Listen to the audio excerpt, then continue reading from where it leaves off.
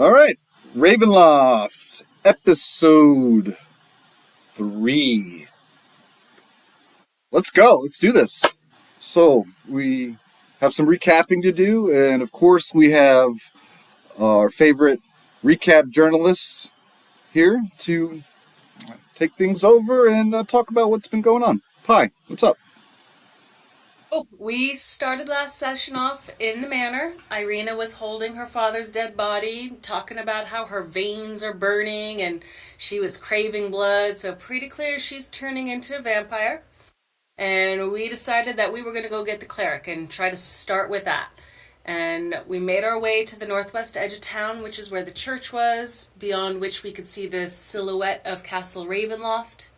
We met with Father Donovic, told him about the situation at the manor, and he came with us to try to help bury the father. And as we were leaving the church, this wave of spectral light from behind the church just flashed, and then hundreds of ghosts began to pour out like a river of dead, and they were wailing as they descended upon the town. They did not interact with anybody or approach the houses, but they were just making their way through the streets heading towards the castle. And so we made our way back to the manor and determined that we needed to consecrate an area of the grounds so that we could perform the ritual to burn Cullian's body. And when that was done, we all felt a sense of peace. And we reminded Ismark, the son, that he needs to lock his sister up while we try to find a cure. She tells us that the Dark Lord of Barovia, Lord Strahd, is in love with her, and Father Donovic suggested sending a message to Dr. Van Richten, who is an expert in the paranormal. So we agreed, and he's going to try to get word to the doctor, and we were going to try to get to the castle. Meanwhile, night has fallen, and the house is under attack. Vinka went to the roof to kind of talk with the bats that were attacking us, and they told her that they are flying with the Dark Lord, and then they flew away. I took first watch for the evening, but fell asleep, and we all woke up in very strange surroundings, in beds, and it was the morning time. We felt a little foggy, a little hungover, and looking out the window, we were in a very different town. I tried to send a message to Ismark, but there was no response. And it turned out we were upstairs in a sanatorium.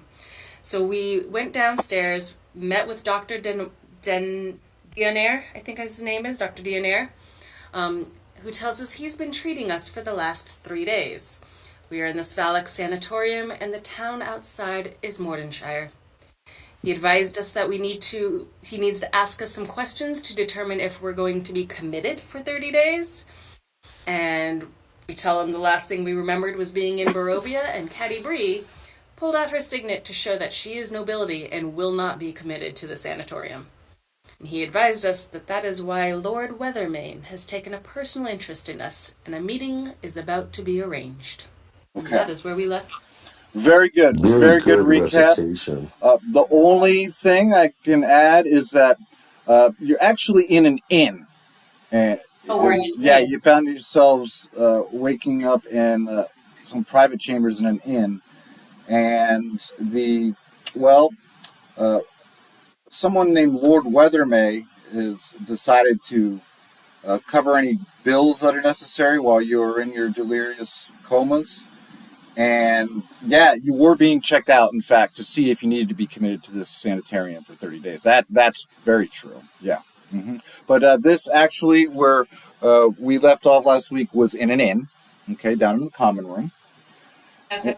And so the good doctor, Dr. Jermaine O'Nair, he seems pleasant enough. He's dressed in a gray business coat, and he has thinning white hair that frames his angular face, and he adjusts a pair of wire-rimmed glasses on his nose before he checks off a couple things on his clipboard real quick. And then, as you guys are ready to breathe a sigh of relief, and go meet with this Lord Weathermay, who apparently, if everything checks out, he was interested in meeting you. Apparently, he might have a job for you. Well, that's when something happens. Something crazy. The crazy, it gets escalated because shattering the morning's peace that you found after a bit of confusion has been washed away, the door to the common room bursts open and someone spills in from the street. This villager, eyes wide and wild, he careens into the common room with an almost animal-like scream. Ah! Ah! Ah! Drool is dripping from the corners of his gaping mouth, and then there are several guys in lab coats, like white lab coats, that bursts into the inn behind him, and he's screaming, ah! Ah! They grab him. He starts yelling, thieves! Murder! They lift him up off the ground. He's kicking. They're trying to pull him back and take him back into the streets. He's yelling, you've taken them! You've taken them all! The village is empty! Where are the people? Where?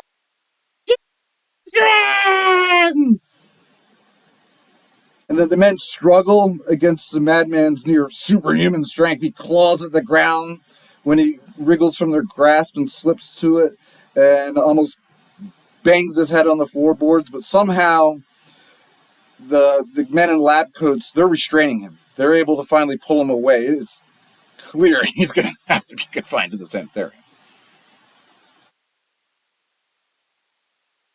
The good doctor, he gives a quick hand signal. It's a men in lab coats take the crazed villager away. And then he fixes his spectacles once again. And he looks at you guys. Sorry about that. Doctor's work is never done. You see. What was that about? An escaped patient, apparently. The guy could have killed me. All I know. Thank goodness for my good lab techs. So he was one of the committed? Yes, alas, I know him. Mm-hmm. Well, I'm not really supposed to talk about my patients. I don't want to abuse my privilege. But also, you have privacy issues as well. Yes. But he made a comment about nobody's left from the village. What village was he from? We don't know. He will scream and rant about the children and that only evil haunts the shadows. Something about all the people have gone and the Dark One himself has arisen from the grave. It's hard to keep track. He's not from this village? How did he get here? We're trying to figure out his past, actually. What drove him to his insanity. That way we can cure it. I believe there's a cure for psychosis. Well, we hope so. Let me just ask you this question. It's unique to the individual. This village, this city or village is called, what is it, Morovis? What's the name of the town we're in? We are in Mordenshire. Mordenshire. Yes. And if I may ask you, according to the map, how far is Barovia from here? Barovia? Not familiar with a place called Barovia in Mordant. Why do you ask? Just out of curiosity, I'm trying to figure out the geography of this area. Yes. She did just receive a lovely map. She might want to, for her birthday. Yeah, I make maps and I'm fascinated with maps. Well, actually, you guys had some of the delirium and that hangover that you woke up with. The fog in your mind has really been wearing off, and you're starting to remember the events in Barovia more clearly. What is the nearest largest town to here? You're in it. Mordenshire. We're a little seaside town in the domain of Mordant. Oh, so good food, good seafood, I take it. Good people. Mm-hmm. Mm. Maybe A we lot should of go them earn talk their to the. living from the ocean. Oh, yes. Just a question. Just a quick question. Are there more? The way you said it, it sounded like you have several people committed who are saying similar things to this man. Is that true? Did I understand that correctly? Well, Sort of a shared delusion full of darkness and children disclosure, going. full disclosure, we only have 3 patients committed currently. You have 3 patients? Yes, one of them is a harmless lunatic we found wandering around the moors out in the swampland several months ago. He babbles occasionally about the horrors of the world. Something about he knows its great secrets. He doesn't seem to be very logical. The second patient, we have a wild-haired woman, Ellie. She furtively watches out of her window at all that transpires in the outer world. She puts up fanciful gossip to explain what she sees. Well, likes to Hmm. punctuate her talk with screams. Just put it that way. I'm still working on my map, and I wonder, just to get a point of reference, please, have you ever heard of a major city called Waterdeep? I mean, it's also on the ocean. What did you say? No, can't say that I have. Is that where you're from? Hmm. Actually, I'm from further up north. So, but you haven't heard of that. Have you ever heard of Neverwinter or Luskin? Can't say that I have. The good doctor looks perplexed. Hmm. Hmm. Well, thank you. I appreciate that. I'm trying to get my map all organized. And who's the ruler of this realm? Oh, well, we have a mayor, a good man, as well as the richest man in town. Really, some might say would have the most power would be Lord Weatherman, who's handling your bills with me since we found you. That's That's very nice of him, by the yes, way. yes, I'll have to thank him personally. yes. He would like that very much. You can find his manor, the Heather House, to the south of town. Just take Heather Way and take a right. It'll lead you right up to his manor house, south end of town. And do you have a king of this part, of these parts? No, Mordant needs no king. It's just Hmm? just this town, Mordenshire. The mayor and a couple fanciful lords is all. Oh, so you don't belong to a kingdom?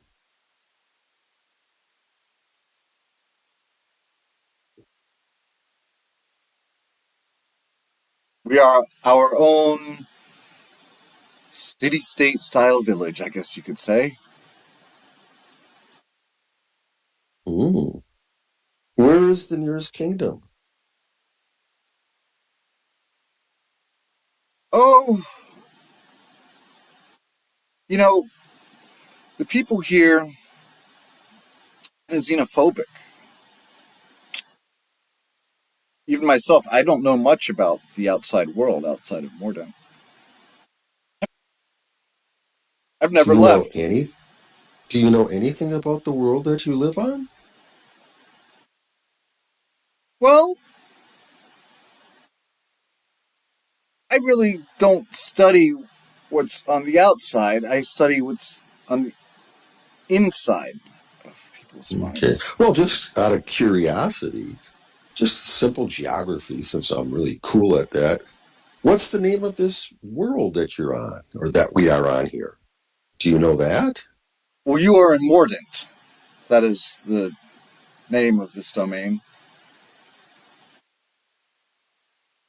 Okay. So everything's just Thank you. Mordant. We should go see Lord Weatherman. Lord Weatherman Yep. may have more Yes, please information. take us to him. Oh, I think we're on our own. He just gave us Yeah, instructions. I Oh, think we're on our we own? can find it ourselves. Yeah, we'll just head down the Heather Um, Lane, yeah. south on Heather Lane, correct? Yes, Right. yes. South on Heather Lane. Take a right when Heather Lane ends, and that road will lead you right to the Heather House. Now, I just need you to sign off on some paperwork quickly before you go. This is just this is just for the file cabinet. It doesn't Can I mean anything see? other Can I see it? than our business has concluded. I would That's like Can I Morgan. to see the review some paperwork, papers, sir. please? Mm-hmm. And he hands you each a document which looks like it looks like a typical medical release, and there's also a small NDA paragraph in there. And he says it's only one piece of paper. Any contract, any piece of paper they want you to sign that is more than one piece of paper that someone's trying to get something up on you. All right, it's very Hmm. straightforward. I want to look at it in minute detail. And then I say to him, please give me a moment while I review this document. Mm-hmm. And I read it its entirety, including the very, very fine print. What do I glean from that? Go ahead and roll an investigation check. Okay.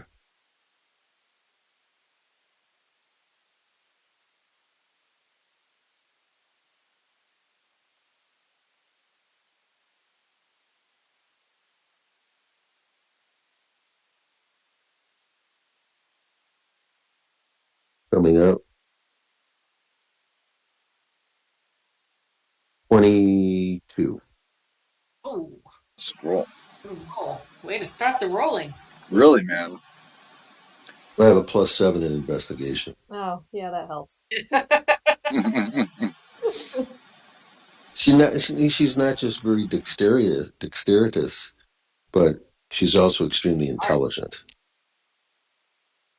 Okay, it says that aside from the non-disclosure agreement part of the paperwork, which looks very straightforward, it also says that your medical information will not be released to anybody unless you fill out another form and allow it to be released. Everything's going to be private. Oh, this is our HIPAA form. Yep. Your HIPAA form It's our with an Um, HEPA. NDA, all that, and it's pretty what straightforward. exactly are you wanting covered with this NDA? I'm like, are we not allowed to say we were in Mordant? Is that what it? Or are we not allowed to Oh, say who paid for our care? oh, well, it's just when you get locked up for mental health evaluations, it's probably best not to talk about it at all. So Is there the anything? information that I may have disclosed about the other patients, full Okay. disclosure, things like that, it's it never happened. Okay. Okay. Based upon my review, is there anything very adverse in there that could affect us? It looks like it's on the up and up. You're sure Okay, of so it. they're not asking for our souls. It looks good. It's the is it I still have detect magic up from when I cast it in the room before we came down here, unless it's been more than has it been more than 10 minutes actually? Oh yes, certainly. Or it Yeah, has? Darn. we've had a conversation with the good doctor. Hmm. Okay, I say to him, well, pie, auntie, I think it's okay for us to sign this. Standard water deep type of stuff. Okay. Hi, being pie. She signs it, but then she's a little mischievous and she knows the doctor thinks we're crazy. So she then takes a bite from her finger and dots the document with a drop of blood and hands it back to him with a big smile. He's like that, by the way. I Uh, wouldn't cross her. I mean, she can get very angry, and I look him straight in the eye, but so can I. I just bat my eyes like I don't know what she's talking about. I'm as sweet as pie. The doctor's like, I and then he starts flipping through some paper on his clipboard and checks off a few boxes, and then looks back at you guys and smiles. Well, we'll be on our way. You have a um good day, okay? I don't actually sign my name. I scrawl some symbols that look like they could be a name if you knew how to read it, but it's not my name. Okay, Right. Jane Doe. Same thing. Yeah, essentially, yeah. Signing like Jane Doe or in some language that is I don't even remember what languages Well, we speak. not per se her signature, her mark, which It's should be not it universally no. recognized. No, it's not actually my mark. This is not how I would sign something that is actually something I want to sign. I'm signing it in a way where it's not like I'm making a mark, but it's not my mark that I normally Okay, would use. Yeah. excellent. Yeah. Very good. Oh, Or you can sign it and then put the suffix after it under protest. No.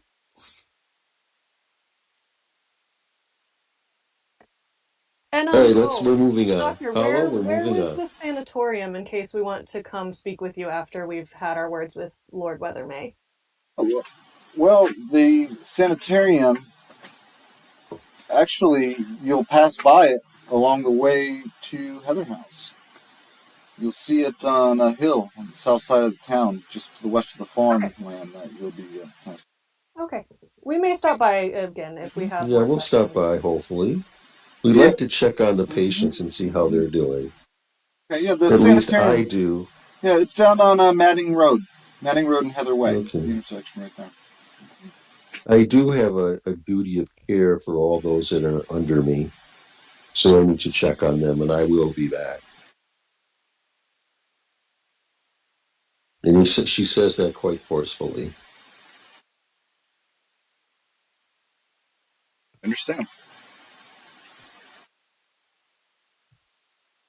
As we leave the inn and we're kind of around town, um, are we in like sort of the downtown? I'm assuming like the inn. We're kind of in the downtown area of this village. Is there a general store nearby that looks like it might be open as we kind of walk in the direction we're heading? Okay. You step out into the muddy cobblestone streets of Mordenshire and you smell fresh, salty air. There's seagulls in the sky, and you find that the inn that you have been staying at is right on the wharf, and there are docks with some boats and whatnot. And the streets aren't very busy at all. There might be a couple stragglers here and there. Looking around, craning your neck, and the kind of like the, the gray sky atmosphere, taking it all in. You don't see any stores right here in the area, but yeah, from what you can gather, it looks like you'll probably be able to run into one somewhere But we along the do way. see some dock hands working on the docks. Sure. Mm-hmm. I say to one of them, "Hey, buddy, we just got into town here. What's the name of this town?"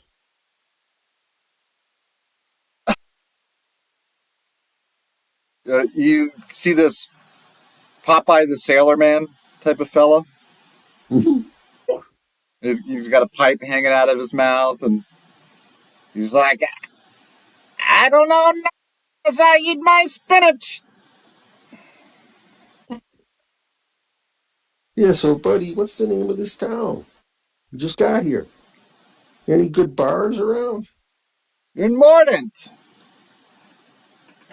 Hmm. Uh, All right. what cat dragged you in, huh, ladies? I show you You around don't want town to myself, know. actually, but I've, I, my boss would kill me. I've got to get these crates onto the ship, and it's just Well, oh That's good fuck day it. okay. to you. Excellent. Thanks. Well, Good job. Thank hey, look. Why don't we meet up at the tavern after work tonight, and we'll have a couple drinks. you. Take Maybe I can arm this. wrestle you for a can of spinach. Kind of looking I a take little the bloody nervous. finger that I've got, and I just kind of drag a little bit of blood down, like from the down my cheek, and I throw him a wink, like maybe. And The Come on, pipe Caddy. falls off. Let's just keep going. It Let's falls just out of get his her. I mouth. go. I go over He's to like, Pi. I gently grab her by the arm and I say, "Come on, let's go." if we do pass like a general store, I would want to stick my head in and just see if there's any maps of the area. Okay. That is an excellent idea. I want to see if they have a globe of this world. I want to know where we are. Yeah. And I whisper to everybody. They speak very softly, based upon my knowledge and the circumstances how we got here. Something is up here. Something is Yeah. not right. Yeah. I don't think we are on the same world because They didn't. I couldn't reach Ismark with my message, and these people don't know where Waterdeep is. Are you kidding? Yeah. Nope, they don't. I said Waterdeep, Neverwinter, Luskin. They never even heard of it. I Yeah. haven't heard anything outside of Mordant and Mordantshire. Like, what? The... Yeah. Let's see But if we can get a little more information. Let's find a map or a globe would be And then, fantastic. and then I also turn to my compadres and I say, if I have to guess, we either planar shifted. I guess we planar shifted. Not a teleport, because a teleport is just too far. We had to have planar, either a wish spell or it was a planar shift. But I don't think we're in. I don't think we're in Luskin anymore, ladies. Or 10 towns.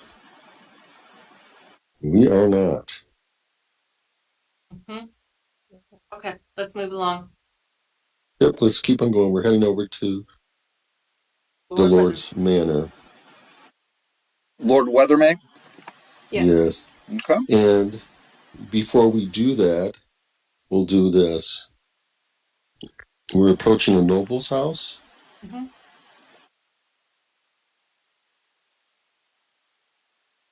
I'll keep quiet.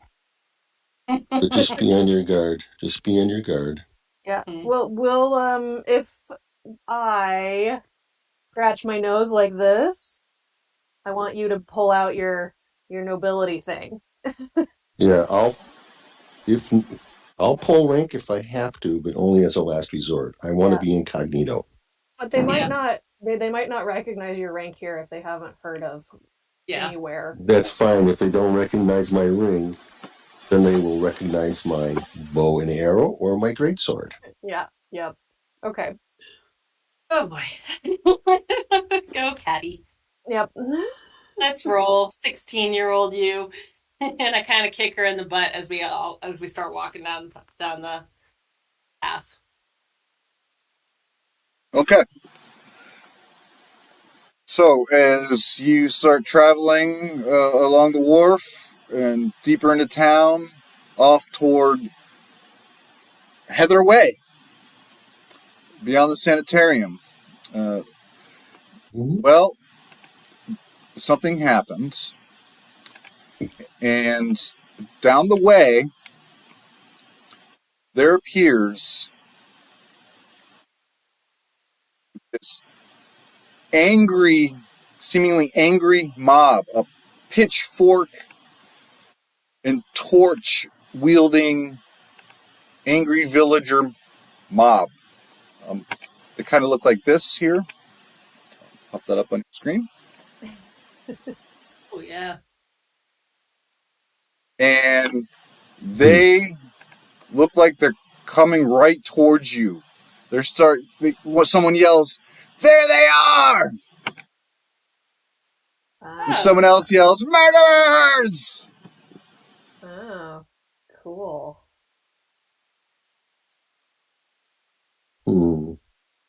And they move to swarm on you. What do you do?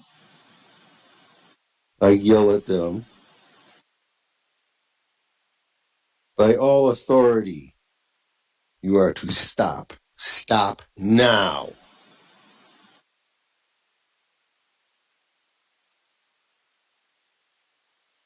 Failure to obey will result in mass casualties. Roll an intimidation check.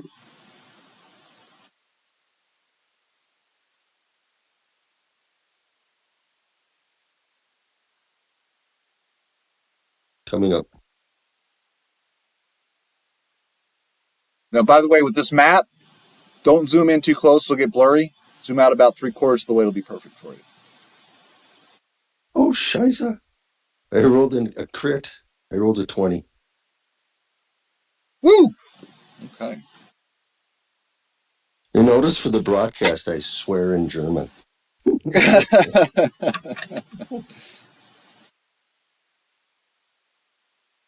So that's 21. Okay, and with that, it kind of like slows them down, but it does not quell their anger. It just at least seems to sow some confusion amongst their ranks. And they all start muttering to each other. And then I yell out, quiet down. I want one person to speak for the group, not a cacophony of all of you together. Tell us what is going on. One of the farmers kind of like starts leading the flock and approaches just a couple steps towards you. Still a good 15 feet between him and the party. And he says, "We know what you did. And we are not going to let you get away with it. You're taking this to the mayor." Okay, well, what did we do?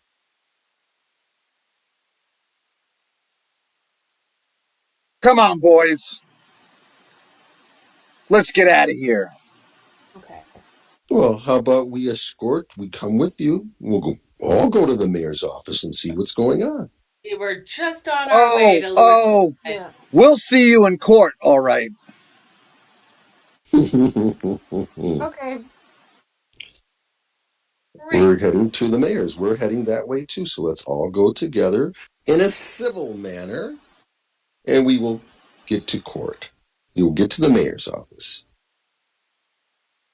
Well, the doctor said that Lord Weathermay wasn't the mayor, but he didn't tell us who the mayor was. Right. And I take it you're going to see Lord Weathermay. Is that correct?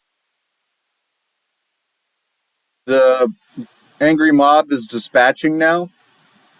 And then when you ask the question, one of them kind of turns back towards you and just spits on the road. Okay. I guess I'll take that as an affirmative. Let's go. Yeah, let's follow them. Oh, let's not follow them. Let's keep going to Lord Weathermay. Okay. We're going in that direction anyway, so let's just continue our journey. It just so happens that we're all going in the same direction.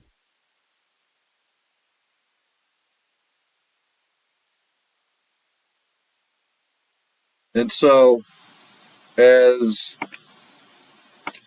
the conflict seems to simmer down and break up, at least for now, you can maybe breathe a sigh of relief.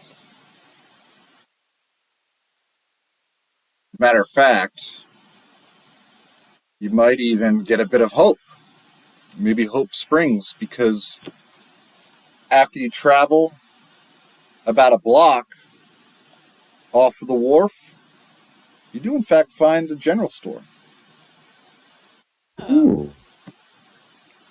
Well, we'll come back to it. We No, I need would to. like to check to see if there's a map before we go see this Lord Weatherman. The more information we have before we go talk to this stranger, the better prepared we will be to weasel out any lies that he's got throwing at us. Okay, good Let's make enough. it as fast as we can. Make it quick. Just a quick check. I am literally looking for maps or globes, you know, anything like that. Or books, like if there's a book of like, welcome to the world of wherever. Something about the area that we're in. Okay. You move on in to this kind of like a musky scented common general store. It's got these sagging shelves that line the place. Uh, there is a shopkeep. He looks like an older fella, human type. He's got overalls on and a bushy beard. Looks like he should probably trim his nose hairs. And he looks nervous when you enter. He's like, So there, Go ahead, ask him. how can I help you? He tries to lighten up. hey, just we're new in town and we were just hoping maybe there's some maps to help us kind of get to know the area. Something for the tourists, something, to see where to go, where not to go. Anything like that or books of that sort? Anybody with a passive perception of 13 or better can tell that his hands are slightly trembling when he moves to a compartment behind the counter and he pulls out a furled up piece of parchment. I've got a map of the town for you. Don't mean Oh. me any harm. No, no harm. Hmm. I'm just curious, Are you and familiar I'm with maps at all? He a unfurls it. cartographer. And I say, are you familiar with maps? Oh, I don't make them. Took me long enough But do just to you, be able to learn how to read. To be honest but with do you. you have some knowledge of the geography of this area?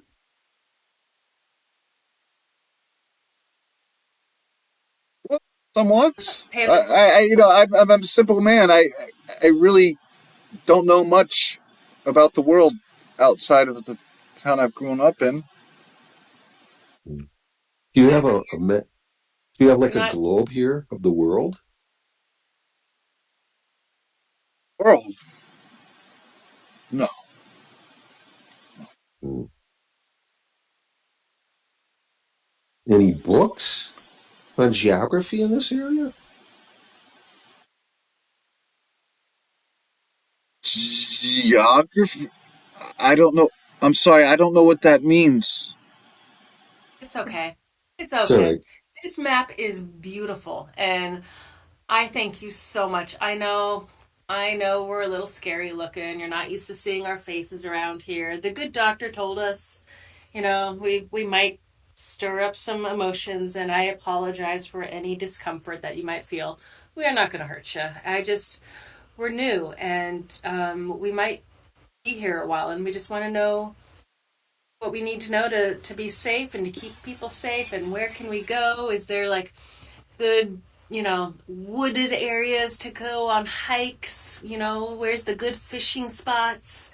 That kind of cool local stuff. That's all we were looking for. And this map that you are showing me here is just It's beautiful. Is it for sale? I would buy it. If not, just the fact that you are showing it to me is plenty, and I will remember it, and um, we can use that from there.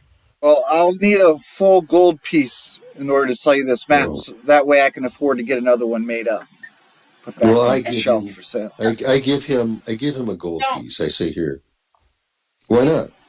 because I can recreate it. I'm a cartographer. Oh, sorry. Okay. But you want to be nice to him. He's been helpful to us. I'm an out. Yeah, I got this, buddy. I got this. Yeah, go ahead. Yeah, no, I'm just like, I look at him, I know he's scared, and I just like, you know what? It's okay. This is yours. You hold on to it. I just, I just want to thank you so much for your kindness and generosity towards us. I know we're strangers here, and I'm just gonna wish you a blessed day, and we're gonna go on our way. Any tips that you can give us as we go out and about in the world here? And I slide him a silver piece just for the generosity of his kindness. Um, yeah, he still looks pretty nervous, and he goes as he takes down your coin. Says, "Don't stare at the sun too long." What? Don't stare at the sun too long. No, before we go, I just have one little question for you. Do you have a resident wizard in this area? He raises an eyebrow. A wizard? Yes. Or a sorceress? No Or a wizards here. bard? Oh, we did Hmm? have an alchemist move into town about a year ago. No wizards.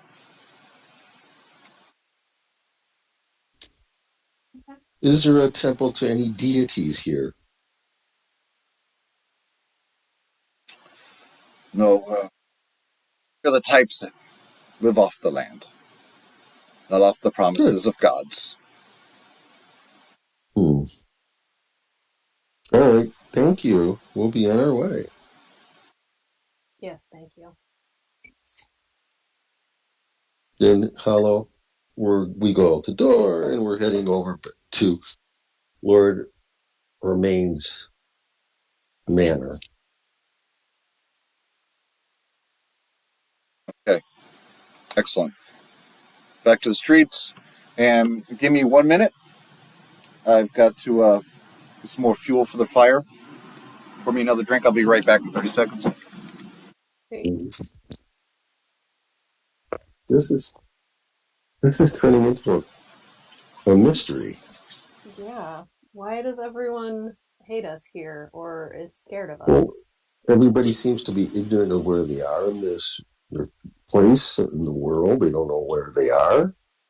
They have no knowledge of what's around them. Well, the doctor did say that everybody's xenophobic, so of course we're going to be the No. scared. Like they're the Yeah. ones that we're the outsiders. So There's suddenly only there's people only two up. there's only two ways we could have gotten here. Either through wizardry or by divinity. That's the only two ways. Because definitely we aren't in Waterdeep anymore or 10 towns. But now he just told us there is no wizard here. So that strikes that out. And then I asked them, well, do you have a temple here? He said no. That strikes the other option out. You did say there was an alchemist that just moved to town a year ago, so that is an outsider that we might want to consider talking to. That's a That's a very good point. We would need to talk to the alchemist, or at least in a minimal, he might have some lesser healing potions that we can purchase. Yeah. It's always useful to talk to the alchemist in town. Oh, yeah, it's good. Side note, Mm. side note out of character, I got a coffee mug for the missus. She's a pharmacist, and so it's on the cup. It's a prescription for the medication Fuck it all. And the dosage is to be used excessively to be used in large doses when dealing with excessive bullshit. It goes well with fuck it all and the supplement fuck it all and no regrets. Yeah. Well, no So regrets. it's making a Good, yeah. Very it's good making a big concoction. deal now across the internet. It's selling like wildfire for the season, for the season holidays. Oh, nice. And so everybody's purchasing it. So I got it for her, and she was really pleased. They loved it. Nice. Loved it. Nice. I got into some D&D Legos for Christmas. Have you gotten any? What have you been getting? Did you get any Christmas gifts yet for your nephews and nieces yet? Yeah, Oh, D&D Legos, Magic cards, stuff like that. all right. So you're doing good. Oh yeah, You got most of your shopping out of the way. got it all done. Hey, we're live streaming. But we're live streaming. Yeah, shit. Here we go. Thinking this is a regular game again. Sorry. Yep. What did you score on your SATs, man? Yeah, no, we're still on the live stream. Mm-hmm. Okay, continue on the way to Lord Weather May. Weather May. Hey, we're off to Lord Weather May. Okay, so let's look at the map. You know, sometimes I forget that we're streaming. Yeah, that's what I'm saying. Like it's just really natural feeling because we're not on video and it just feels like an ordinary game. So we got to remember that we're streaming.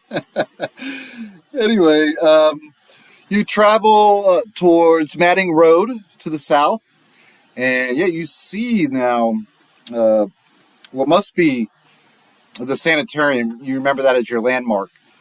Because that's where it intersects with Heather Way, and you know that you're on the right track. The sanitarium itself, it looks like a cold place with a big wrought iron gate in front of it. How big is this sanatorium? Like, does it look like it only houses 3 to 4 people, or does it look like it's made to hold a lot of people? Well, it's a big place. It's got a it's multi-story structure, and the roof is gabbled with large turrets. Why would a town this size require a sanatorium that big? And are there any gargoyles on top someplace? Stone gargoyles? And does it have the name Arkham on the gate?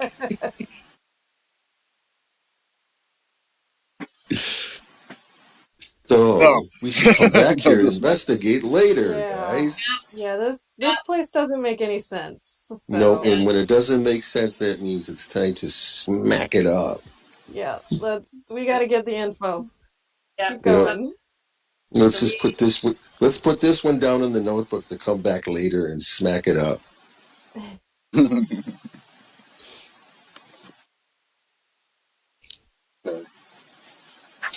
So, because pressing forward then. Pressing forward, heading down Heather Way, taking our left. No. It was left off of Matting. So once we get to the end of Heather Way, on the map, it's a T, to the right and to the left. If I'm gonna guess, the giant spot over here looks like a lord's house to me. Is that that's you're supposed to make a right. Yeah, that's my guess. Right. Yeah. Make a right that's on. a right. Yep. Make a right at the T. And you can't miss it. No, it's giant. Okay, now let's follow the plan, guys. Yep, remember, if you scratch your nose, that's when I pull rank. Yeah. Otherwise, I don't. Yep, keep it under wraps until I scratch my nose. Got it. Then go all in. Oh, you're going to see what I do. Okay, so you come to this part of the road that is just it's surrounded by forest. The road begins cutting through this forest, just past this farmland, and it is kind of like a dismal and gray forest. The type of place that might give you flashbacks to the last time you traveled down a road in the forest and you ran into a dead body with a wolf chewing on it. Ah, yes. Yeah. Um, once we get to the gates of this place, I'd like to pause for 10 minutes to cast Detect Magic again, just so that I can walk into the meeting with this guy with Detect Magic up. Do you also have Detect Evil, Detect Good? I do not. Because you smell that? Yeah. I smell evil. Yeah, and this forest is not very I inviting. look at And Caddy Bree, I'm like, oh, honey, that's not evil. You haven't showered in a few days. That's all. Oh, how do I know it's not you?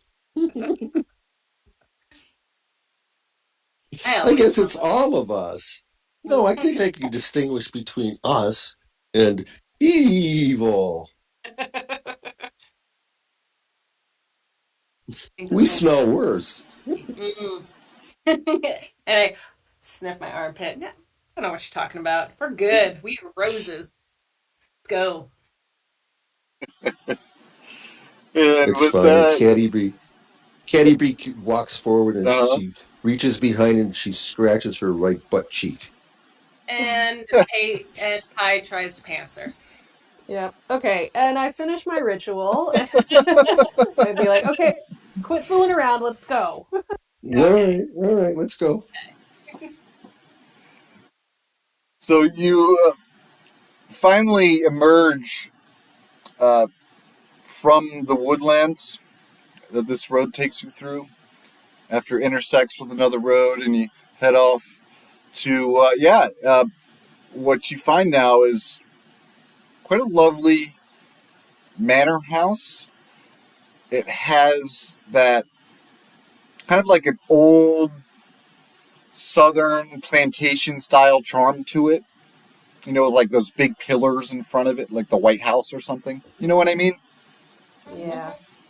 And there is all this land behind it, and you got the ocean off a nearby cliffside. It's actually a distant cliffside, but it's close enough. You can really smell the ocean and the wind breezing in through here, and the salt air is just magnificent. Seagulls in the sky, and it looks like you've found the place.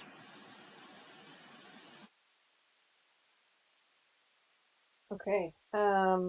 Do I see any magical auras around as we are taking in the view of this first look of this manor? You have your detect magic radar up. Yeah. Well, maybe a couple of your friends are glowing like Christmas trees with whatever magic items they have upon them. Yeah, that I'm used to That's it. that one. Just the normal thing. Nothing out of the ordinary. Okay. Uh, yeah. So nothing unexpected magical wise around this place. Let's I guess go knock on the door. Yeah. Mhm. Okay.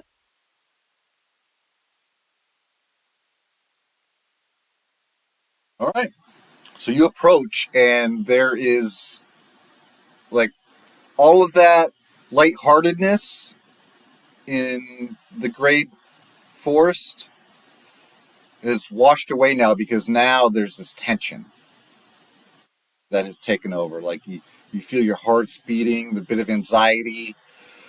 Um, you may feel like the roller coaster is just about to get started, and it's just a matter of pulling the lever to make it happen. And you guys might hesitate before knocking on that door.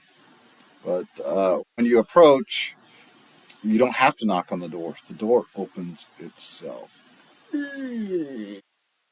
And Mhm. a big, thick, ornate set of double doors open up, and behind them appears this butler type. He's a very Jeevesy. He has the whole outfit and everything, slick back hair, pencil thin mustache, uppity look on him, and he's like, "Ah, you must be the guests the Lord has been expecting." I walk up and I kiss him. You got it, honey. And I kind of give him a little like deep on the nose. Oh shoot, I'm really small. I keep forgetting that. I don't kiss him on the cheek. I walk up and I'm like, "Hey, baby, yeah, we are. We're here. Lord is expecting us. Bring us in." And Canterbury says, "Take us to your master." Hmm. I'm just gonna nod and say nothing. Good for you. Somebody be sane in this group.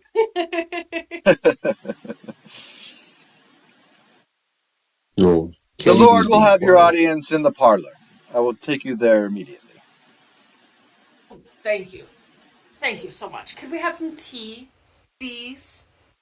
Of course, of course. Thank you. Thank you. The Lord spares no expense.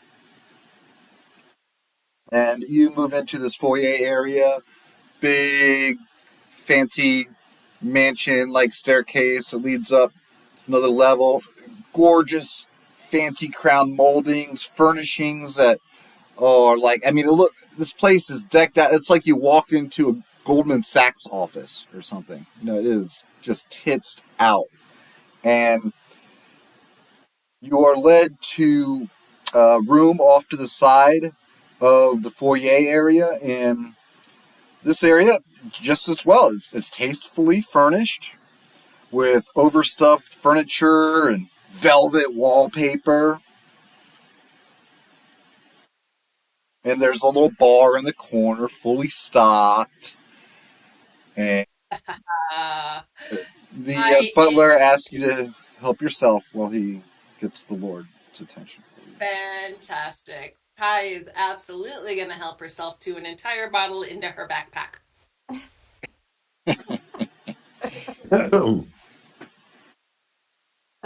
Do I see any magical auras in this room? Negative. Negative. However, Okay. however, when Pi is behind the bar and she's looking for the right bottle, you see something that startles your heart, maybe stops it for a second. Like flashing behind her, behind the bar, like like maybe like one frame in some video footage might flash something. It's here and then it's gone. And flashing behind Rue is this big, broad-shouldered wolf beast of a man Oh, breathing Kai, down her neck. uh, come back here. I'm not like, what? Who? And I like, is he within 5 feet of me? Is he like, where is he? I seems Around like and he you don't wouldn't see any necessarily. problems. Yeah, be like, I saw something. You should just come. We'll just wait for the Lord Yeah, wait for the Lord. and try to. If she doesn't come, I'm gonna go over there and like keep my eyes like super wide and like pull her out and then kind of whisper, be like, I saw this. I saw a guy who was big. Like, describe however you described it. I forgot what words you used. Be like Wolf-like. Big wolf-like wolf beast. like. Yeah. Right. He's grabbing me and pulling me away. I'm going to grab whatever bottle is within reach. And And I Canterbury goes, happily roll like a D100 to find out if it's actually if I get some whiskey or if I get some jerk like Rot liquor. gut? I got a bottle of bitters. But I'm gonna grab something. So A rot gut or piss ale? Take your pick. Roll high. this is a Lord's Manure. There's no rock gut in here, so the low shelf stuff is gonna be good. It's just But about maybe it's some weird Most likely is. aperitif, like something that tastes like anise. That's to me disgusting. Ooh, anise is good. Ugh. Yeah, I'm with you But on that one, Vinka. so is cinnamon. Delicious. So let's say you snag a bottle and quickly you look at the label before you pack it away, and it's some form of absinthe. Bleh. Okay, I got that. Okay. What do we see I'm around us now? I'm still We're like in a wide-eyed. I kind of have a tight grip on my staff. Like, do I need to use this? Like, I don't know what's going no. I on. shake my head. Patty B shakes her head. I And did you not hear me say what I saw? Like, something's up yeah, here. just because somebody's big, that doesn't mean he's evil.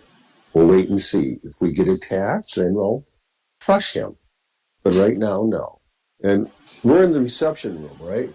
We're in the reception waiting area for him. You're We are in the parlor off the side of the foyer. Okay, is there a hearth burning? Negative. But there is one in the room. Okay, but there's no fire in the hearth. Correct. Okay, well, I'll just sit down in one of the chairs near the hearth, and I'll wait. I'm gonna pull out my bagpipes and start playing. Oh no! Please, no, not here. We're about to meet the Lord of the Manor. You want him to get upset ahead of time? Don't. I'm so sorry. This is me, guys. I'm playing my bagpipes.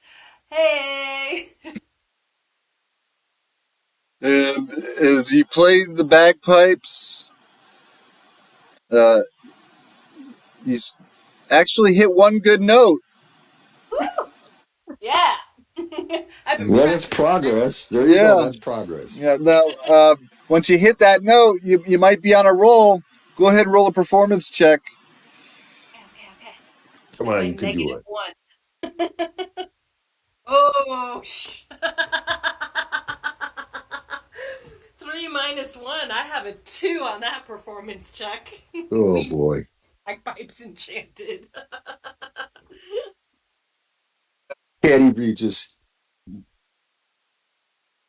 holds her ear and shakes her head, but says nothing. I am so proud of myself. I'm sitting up tall. I'm grinning away. I know it sucks, but I'm having a good time because I know it's irritating the Lord of the House, and he had better show up fast. Don't keep us waiting. Yeah, how long are we waiting here? Well, it's probably been about 5 to 10 minutes so far. Okay. And Mm-hmm. when the bagpipes couldn't get any worse, that's when this man, he rolls into the parlor. He's a ruddy looking, handsome man who rolls through the door in a wheelchair. His Oh, he's in a smile, wheelchair? his smile is, well, it's gone because he's holding his ears like, what is that obnoxious racket? I Mm-hmm. take down my bagpipes, and I am just fake this look of offense. That, sir, is the national anthem of my homeland and my people. God. And how dare you call it racket? And I say, Dear Lord, we are honored to be in your presence. I'm sure as you are honored to be with us. She's practicing, and she's getting better, but it requires practice. I can't hold it longer. I bust out giggling. He's like chuckling. Well, it sounded like she was summoning a demon, not playing music. Or did it sound like a cow dying in the middle of a field?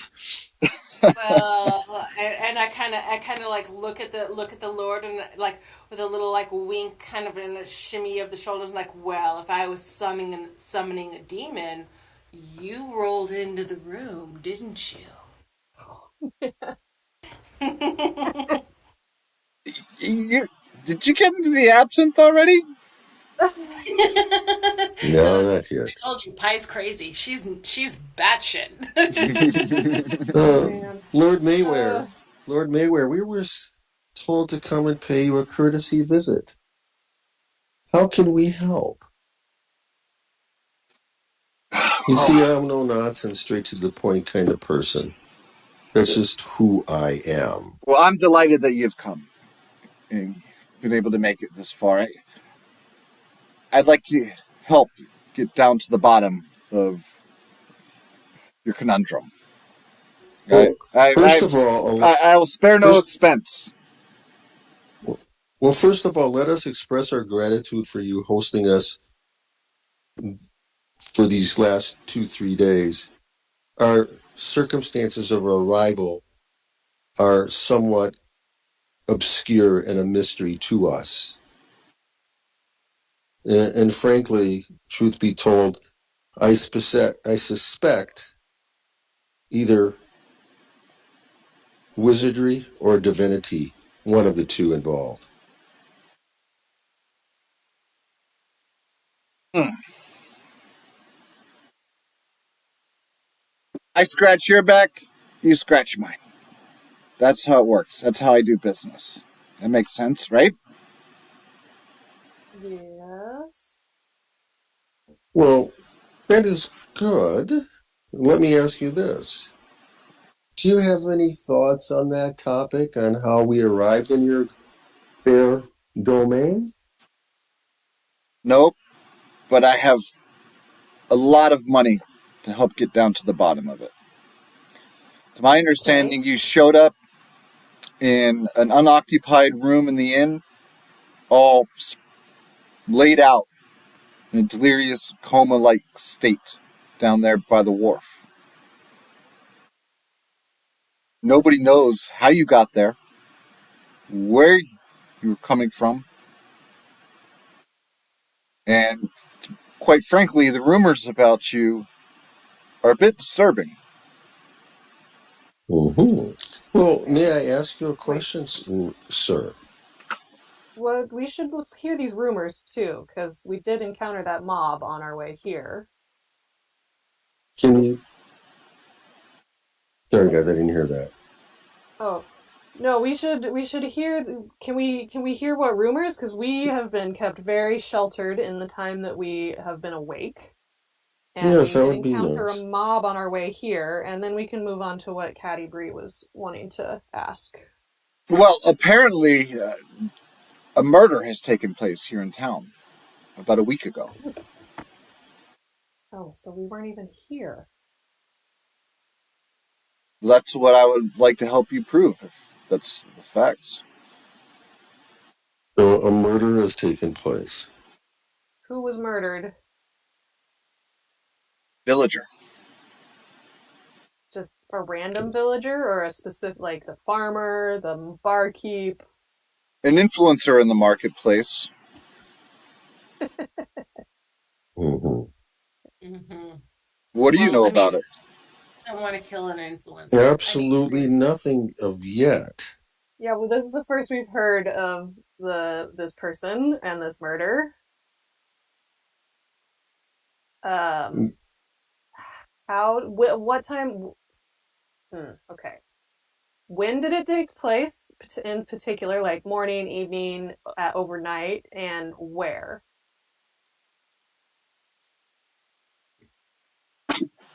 He looks at you, so you squarely,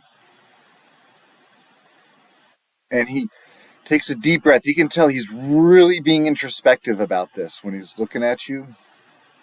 Mm-hmm. And then he says, you can tell you really don't know. Mm-mm. No, we don't. We just got here, remember? We don't even know if this is a man or a woman that was killed. Okay, so according to our timeline of events, we woke up in an inn this morning. We were told we have been there for 3 days. We have no memory of this. And the last place we were at was a different Lord's Manor house after we performed a funeral for his father.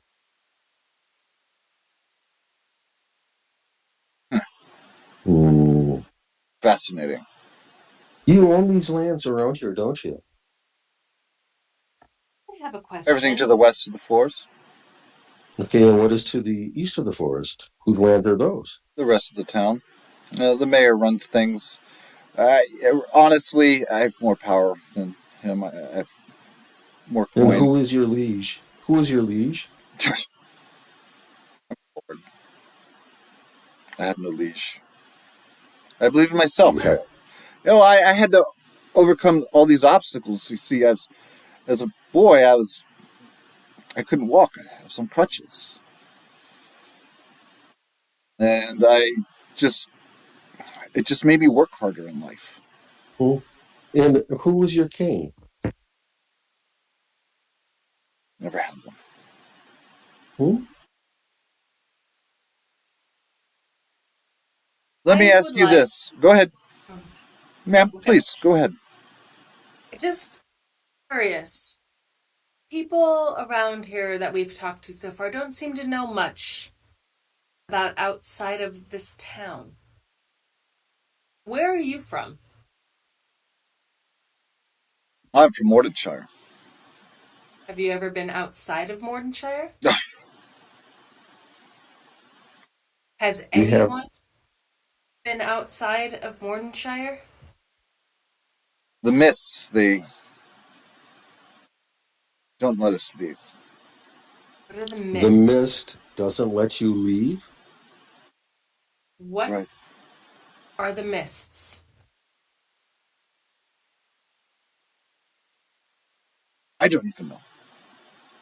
Okay. On the outskirts of town. Travel too far, you'll be choked by fog. You'll turn right back around. Appear right back here in Mordenshire. Okay.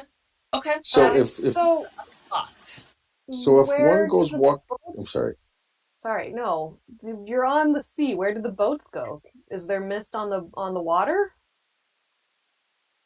They work the water, but they dare not go too far. So they're just fishing boats, basically. Yes. They bring food. Okay. So if they go out far enough, does the mist bring them back? Or if you walk outside and walk too far into the mist, you'll find yourself back here in town? You've got it. But wait a minute. The doctor was telling us that there's an alchemist who was new to town. He came from out and about. How do people get here if you can't get through the mist?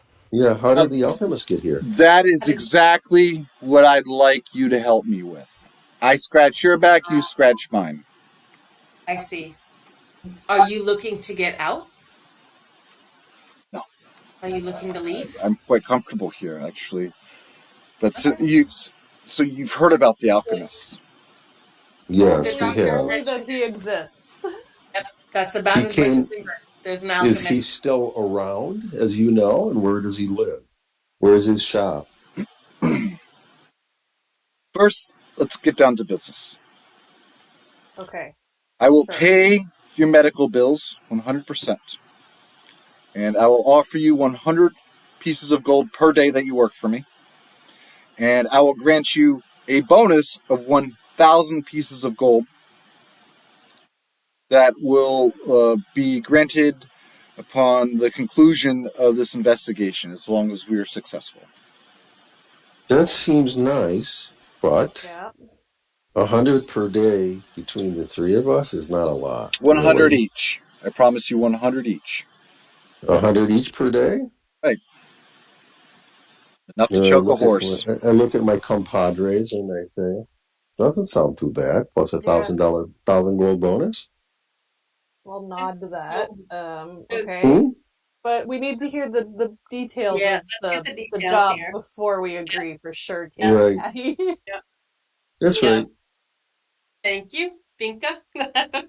Exactly. What are the details other than finding out about how people are showing up through this mist? Well, I want you to investigate the mysterious mansion on Griffin Hill. Yes. We passed Okay. it. That's the mansion that we passed. Oh no, actually, it is out beyond the town in the moorlands. See, Griffin Hill has been haunted for centuries, since the original lord went mad and murdered his family. And what about the asylum that we went past? Such a big place for only 3 patients? Just kind of shrugs. You know, it's a crooked industry. The thing And you're is, funding it? me? No, I do not own a sanitarium. No. But we've had to put everyone who has attempted to live in the Griffin Hill house into that sanitarium. Everyone who's lived in the house lost their sanity. A year ago, the alchemist Count Strad von Zarovich bought the estate and moved in. Excuse me? Did you say Rod von what? Baron von Strad? I think he said Count. Well, he must have been promoted, but you're talking about the Baron, aren't you? Count Strad von Zarovich bought the estate and he moved in. He shipped in several heavy wagons loaded with cargo and just made it his home. Wait, so he bought it about a year ago, you say? Now, it's about a year ago. He kept to himself, never visiting town. He didn't even hire any servants. But then finally, I invited him here to dinner, to my home. No, he won't come. Well, no, he did. Listen, I was He surprised. did? Yes, I was very surprised to meet a young, handsome, intelligent man. So, Well, he's charming, I hear. But quite charming. he didn't take any food food or drink while he was here, did he? He looks at you perplexed. Well, of course he did. I thought he was so perfect that, well, I introduced him to my daughter, Lady Virginia, and they fell in love. Strahd asked for Virginia's hand in marriage, and I was happy to give my blessing. Where is your daughter now?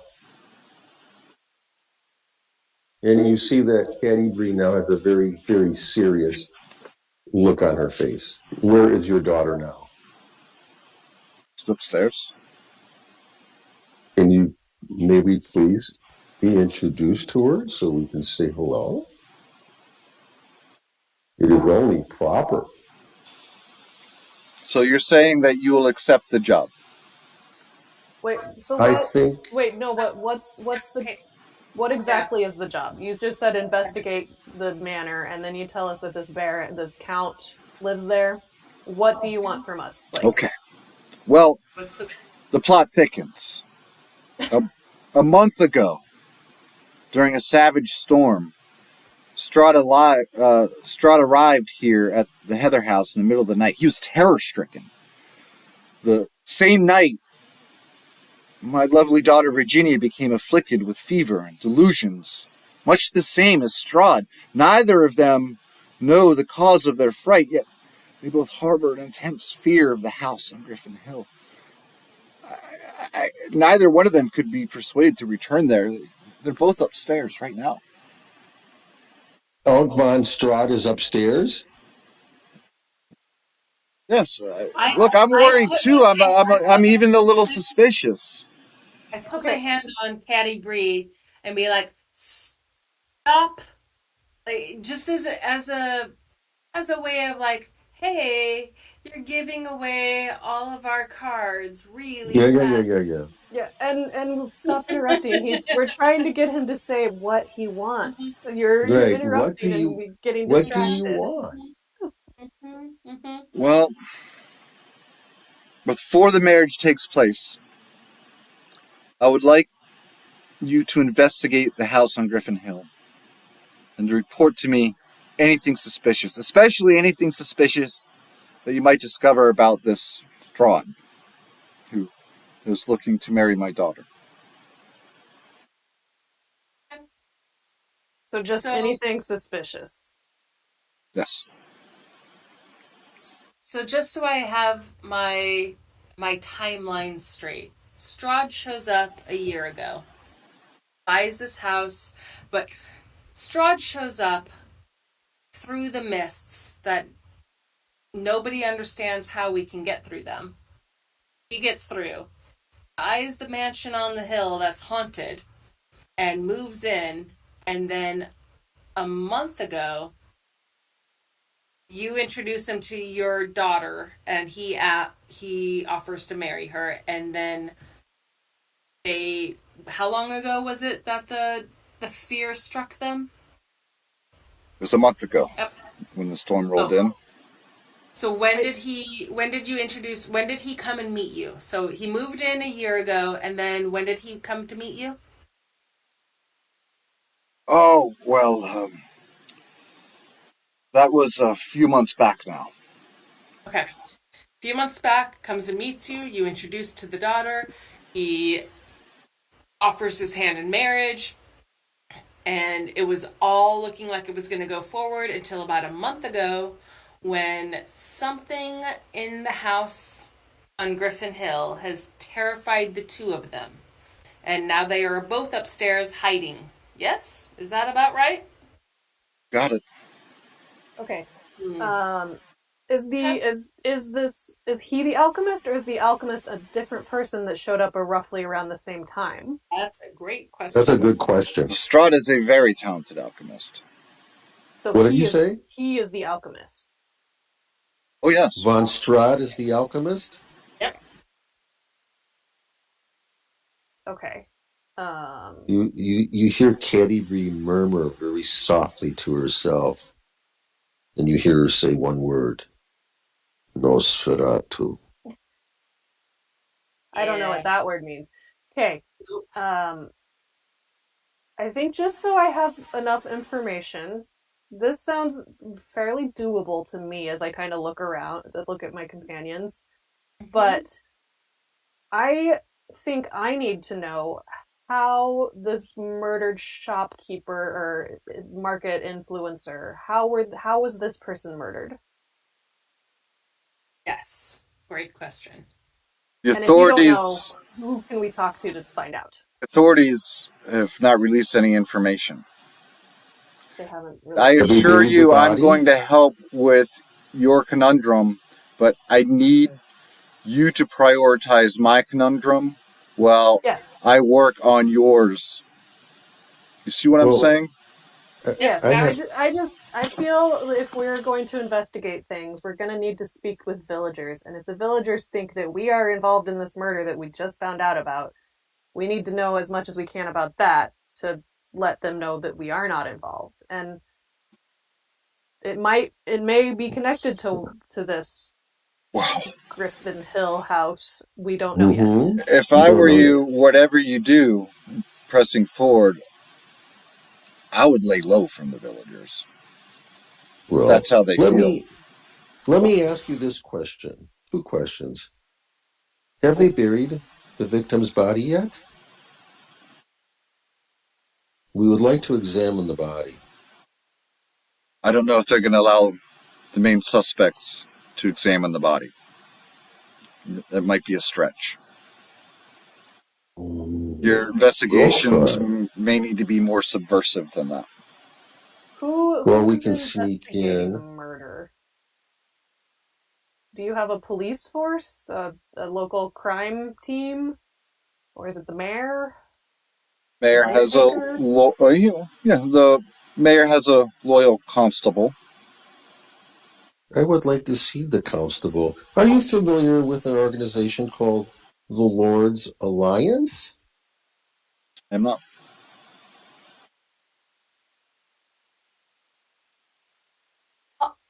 Hello.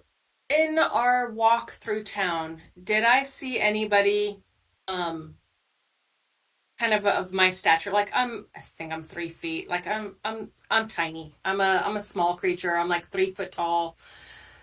Did I see anybody of about my height kind of wandering about, or am I way unique? There's nobody like you in this town. Matter of fact, you guys haven't run into anybody but humans here in Mordenshire. I have a second question as well, or two questions. The second one, Lord, is have you had any increased bat activity in the evening? Can't say that we have. Okay. The person who was murdered, male or female? It's a man. Influencer in the Yeah. So marketplace. He How is long ago clerk, was that? wait a business minute. owner. I kind of, if I make myself look like a young human child, 3 footish tall, and kind of go in crying, I want to see my dad. Do you think they'll let me in? Did he have children? I do not know the man personally. I Okay. can't speak I of his can be. personal affairs. You I Caddy can Bree be says orphan. you need it would be good if someone can get in and examine the body quickly. Well, Yeah. I could. Yeah, I I could could. come in and pretend I can make myself look like a little kid and go in with my big, teary eyes and ask for one last moment with my dad or my uncle or my big brother or whoever we want to decide he is. And I can go in and take a peek. But I think we're in agreement. We'll do that. I think we're in agreement that we will agree to the terms. Is that correct, guys? Yeah, I I think agree I'm to willing to this. work with this for do this job. Okay, so it's 100 gold pieces per person per day and 1,000 gold piece bonus Hmm. if we earn the bonus. Mm-hmm. Um, And what is the term? What are the terms of the bonus? How do we earn the bonus, Lord? Well, I need you to prioritize my family matter. yeah, we will.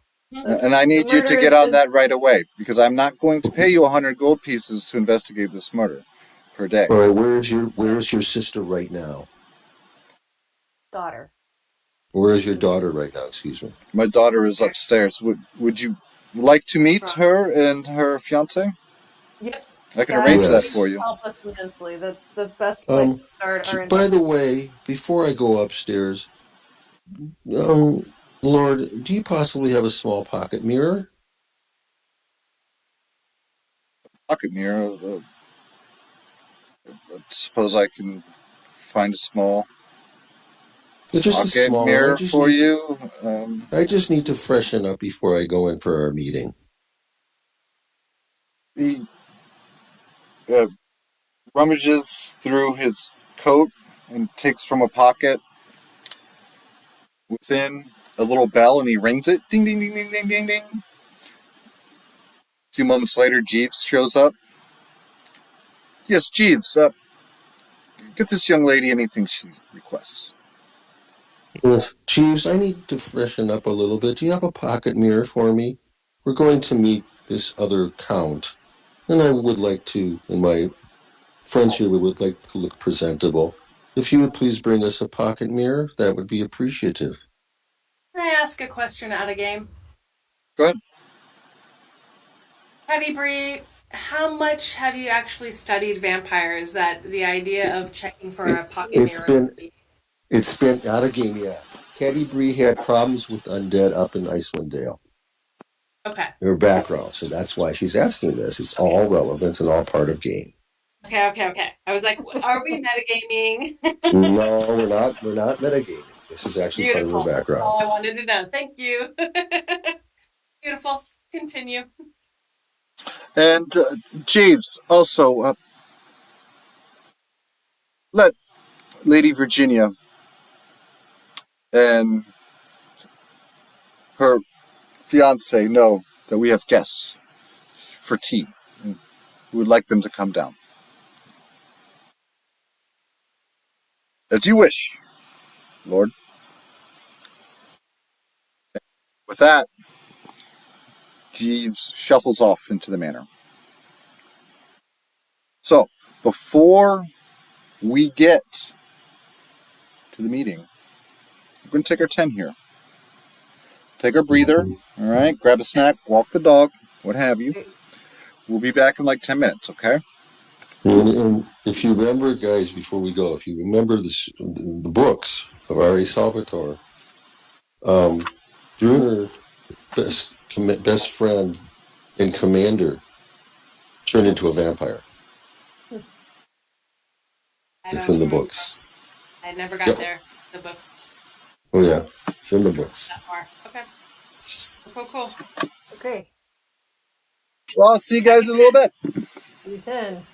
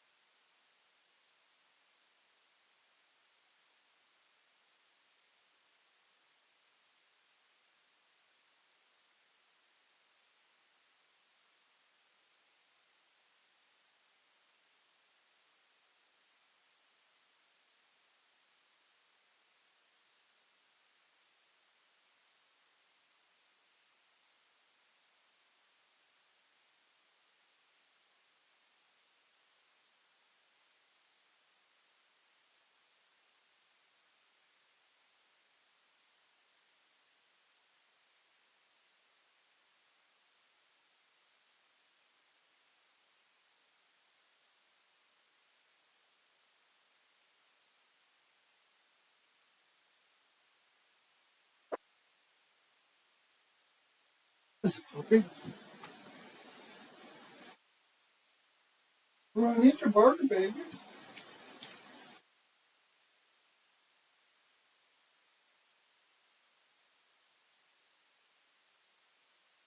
That was almost dead.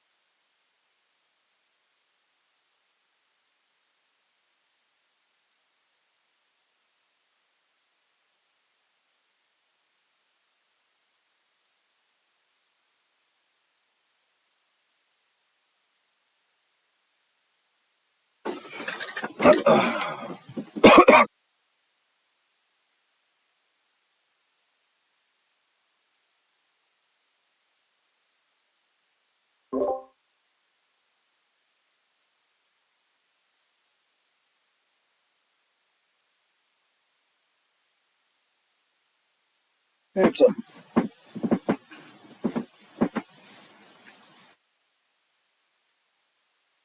Hey, So what do you think so far?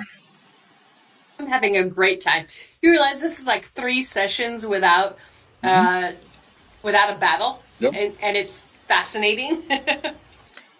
There were options for things to go down certain ways, and there would have been battles. Like there could have been like Hmm. 3, maybe 4 battles by now, but it's just the way Hmm. things panned out. Yep, we are a good little like we're a good kind of conversationalist team. It's amazing. I'm having a lot of fun with Pi. Like I'm not used to playing such a uh, uh, kind of goofy character, like like a little prankster, right? Um, it's she's fun. Yeah, it's a different character for you. She's a lot darker than what you normally play. I like Yep, that. darker but on the other end of things, she's more playful too. Like Rue Mischievous. isn't. Yeah, she's a little more mischievous, and enjoying it. Uh-huh. I love the chance to kind of play all these different personalities. It's fun. Yeah. Been great having you along for the ride. Well, thank you. Hey, thank you for helping making it happen. We couldn't do this without you. You could. You just wouldn't have the note takers. Yeah. Your note taking a commitment to it is amazing. Like I try to take notes during some game. I try to take notes when I'm DMing, and I still like open up my notes the next time. I'm like, I didn't write down anything they did last time. What happened? Like, It's not easy sometimes when mm. things start happening fast. You're like, um, shit. Okay, okay. We'll come back to. I'll finish that note in a second, and then I go back to finish the note. I'm like, I don't remember what happened. Oh man, yeah, like you're starting to get the idea, like what it's like to be a DM with like 3, 4, 5 different storylines going on a week. You know, Yeah, and it's yeah, it's something. It's like quantum leaping. You know, yeah, like yeah, oh yeah. wait, what's my name? Oh yes, that's what they used to call me. And off the grave, right? Yeah, no, it's definitely been it's been a bit of a trip kind of going, especially jumping from like a Saturday game to a Sunday game and remembering that Rue and Pi are two completely different characters and trying to keep the personalities straight and what they would, what Pi would do in the moment versus what Rue would do in the moment. It's fun. It's fun to kind of it keeps your brain. They say to stave off like dementia as an older person, you should have new things keeping your mind fresh. D&D, multiple games of D&D, I That think will is keep you Keep fresh. you on your toes. Yeah. Yeah. Yeah. I mean, Mm-hmm. I have problems than you. because I've got 3 characters and I'm playing. And one character has 2 personalities. Palin's got 2 personalities, depending on Yeah, the game. And then I've got Caddy Bree. So yeah. yeah, it's taxing. I think this should be the new prescription for for fighting dementia is D&D multiple times a week, different characters. Absolutely. Absolutely. I think D&D is a cure-all for whatever ails I, you. uh-huh. All the things you need to know in life you can learn from D&D. Indeed. Very true. All right, so is everybody ready to get rolling? Yeah. Right. Yeah. Very good. Mm-hmm. Once again, thank you all for being here, making this happen. Having a ton of fun. Get to it. So,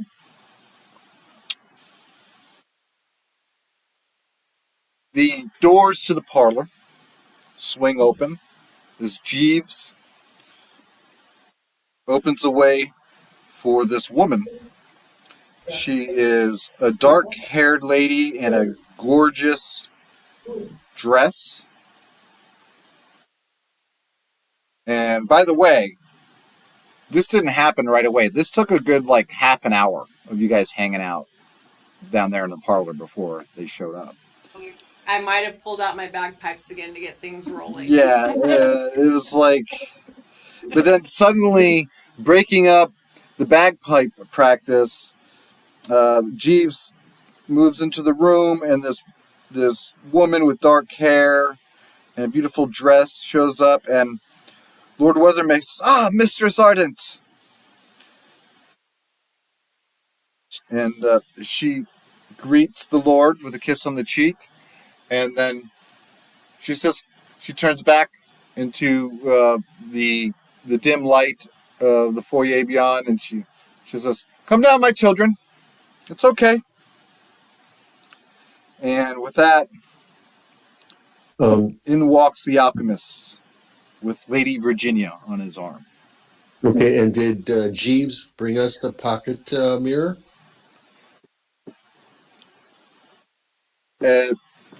He has not presented it to you yet, if he has. Okay. And Lady Virginia is this gorgeous platinum blonde with a white gown on. And Strahd, the alchemist, he is this young, regal-looking man, probably mid-20s, hawkish, noble-like features, wearing fine clothing. And he holds the woman, Lady Virginia, close to him the whole time. And he gives you a slight half respectable bow, As I am Count Strahd von Zarvik, and this is Lady Virginia. Thank you for seeing me and my family.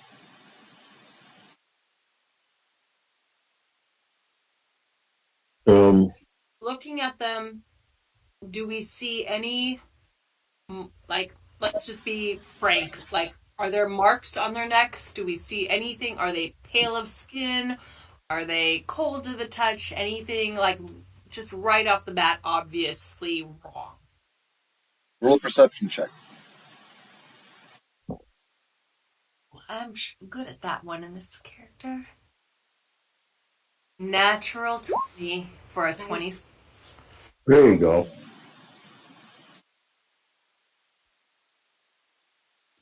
And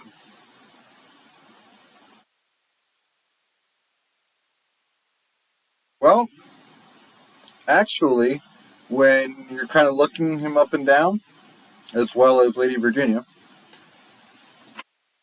something does happen. Suddenly... What does? Suddenly,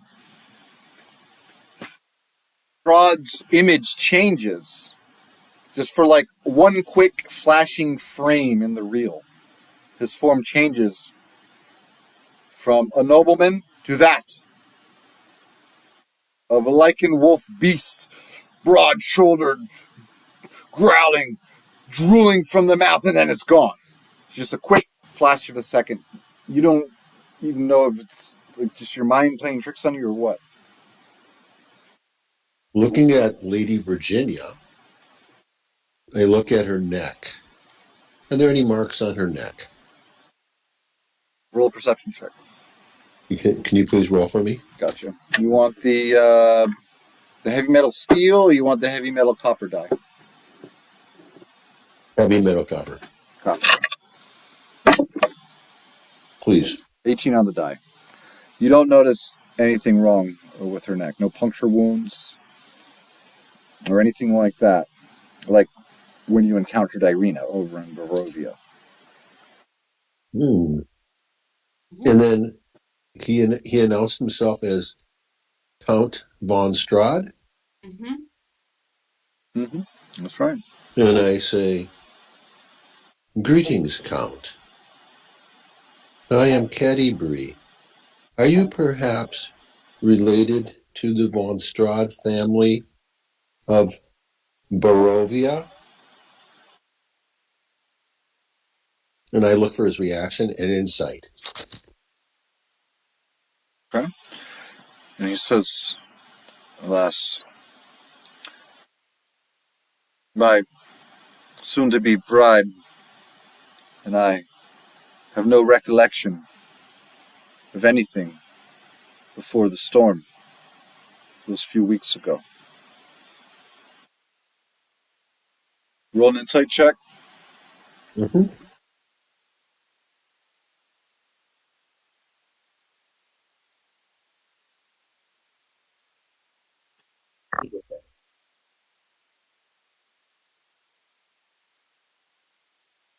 Want me to roll for you? It was, yeah, please. Okay, I got you.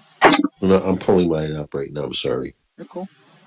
15 on the die plus whatever, probably close to 20 at least. So Yep.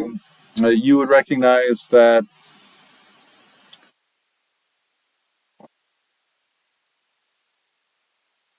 if he's saying a lie, he believes it. Question. He's been here a year.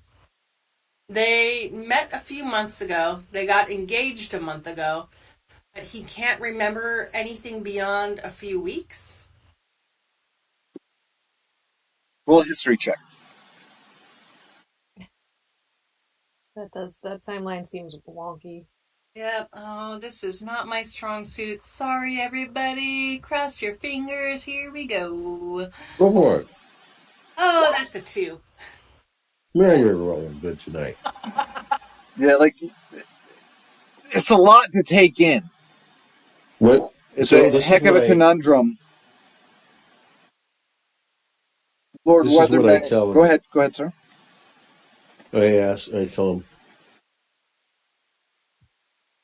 Count, does the name Barovia mean anything to you?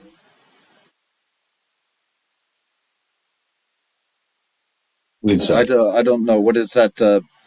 Some type of ale or liquor? It's a drink. It's a fantastic drink. Oh my god, you should try it sometime. It's it's like whiskey mixed with with fruits and salts that just unleash your senses in a way that you just can't possibly imagine. And I'm like just trying to distract him just enough so that Caddy Bree can do her insight check without Right. him trying to fake it. Okay. Well, what time of day is it outside? It's morning. It's not even noontime yet. Not even noon. And are the curtains open? The curtains in the parlor are closed. It's such a beautiful day outside. Don't you agree, Count? Wouldn't it be nice to just bask in the morning glow and just soak in the warmth of the sun? It was so cold last night, especially with the chilling mist. What does he say? Yes.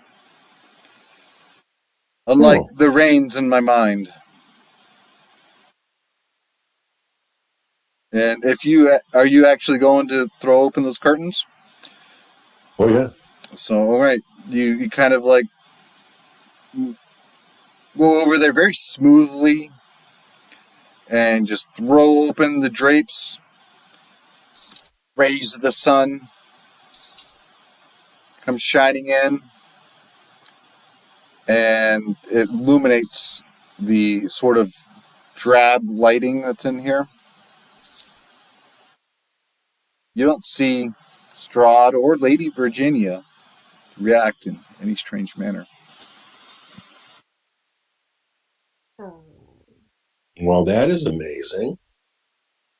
I will ask him. So I understand you're a talented alchemist. Do you still remember all your alchemist training? For some reason, I know my science. It's, I can still swing a blade pretty good. But have you been working with alchemical compounds course, frequently that your knowledge is very good? of course, I work with them all the time. But since my recollection is foggy, I can only assume that. Did you bring Do any potions with you? Lord Weathermay speaks up. Strahd, he showed up a month ago during a savage storm. In the middle of the night, he's terror-stricken.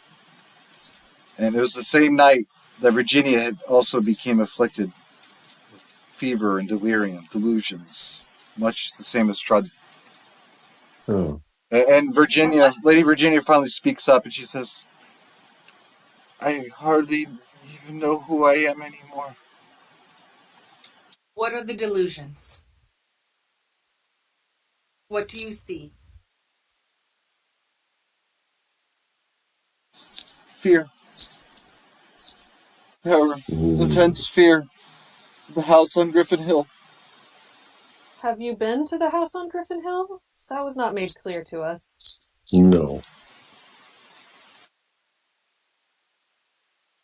Well, yes, of course. I've had the lady over for dinner quite a bit since our engagement.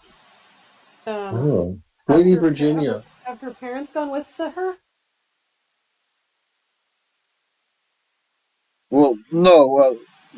Lord Weathermay likes to have me over for dinner. I've yet to Okay. show him the hospitality of my home. So you've had a young lady unescorted in your castle. I think I don't know anymore. It's Do fair. you Well, Lord my Weathermay says I can confirm that. I okay. never wanted to go to the Griffin House when he invited me, due to its past histories. The But you would Well, let the your original daughter. owners murdered their entire family. You would let no, your that's daughter horrible to be. know that. But dear lady, let me Everybody ask who's you ever lived this. there since then has been committed to the sanitarium. We So know, we know. again, I come back to the question. You wouldn't go yourself. Why would you let your daughter go? I cannot control her. She is her own woman, and she has her own man, and I've Okay, given them my fair blessing. enough. Good for you. Good for you. I kind of nod with approval. I'm like, yeah, she's her own woman.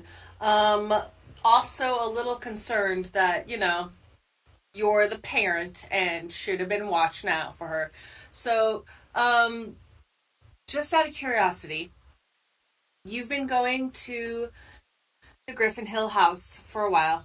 You've had some dinners, you've been unchaperoned. I'm going to assume that everything's on the up and up. You are nice. You're nice people. Lord Strahd, Lady, uh, lady, you guys, you are beautiful and outstanding. Virginia or her mother? Virginia, thank you, Lady Virginia. Okay. I completely lost her name. Lady Virginia. Um, so what happened? What specifically happened? You had nice dinners there before, and now all of a sudden you're terrified of the place. Lord Strahd, you were living there for months. What happened? Anytime I try to think about it, my mind starts spinning in circles. It's foggy and dark, and I become terrified when I try to unlock those doors in my mind. Okay. Consciousness runs That's fair. away. Oh, Lady It, Virginia, if I may ask you this, you said that you've been feeling miserable lately. Is that right? Yes, but at least I have the love of my life by my side all through Well, that this. is so wonderful, but let me try to narrow down some of your maladies. Are you overcome with, forgive me for asking, excessive desires?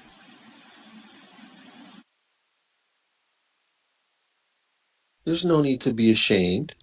Are you overcome by excessive desires? For my husband, For, I mean, for your husband and for others? More than normal.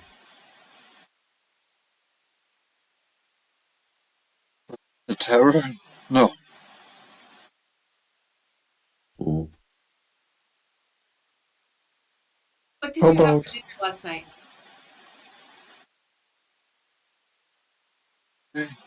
Well, I didn't eat my Brussels sprouts.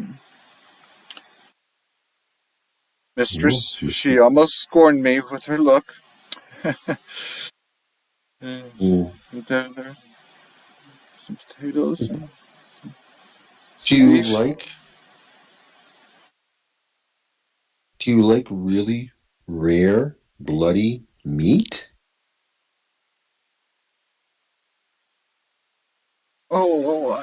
I prefer my steak cooked medium, and not too bloody, and not. It's okay. I, You're I human. couldn't I couldn't think of eating a piece of charcoal. I go up and I just take her hand, one to feel if it's cold, and two just in a reassuring way and say we're here to help and we're just trying to get the details of the malady, so that when we go to this manor, if we start exhibiting changes, we want to know what they are. So, is there anything that you noticed has changed about you since you started going there? And you too, Lord Strahd. And I reach out and I just kind of put my hand, well, I'm tiny, so I'll put my hand up on his, hip, and or if his hand is available, I'll kind of pat his hand again, a feeling for warmth in their skin, and b just to kind of ask for that information. Has anything changed for them since they started being in that in that manner? Lord Weathermay speaks up. Just delirium and paranoia, apparently.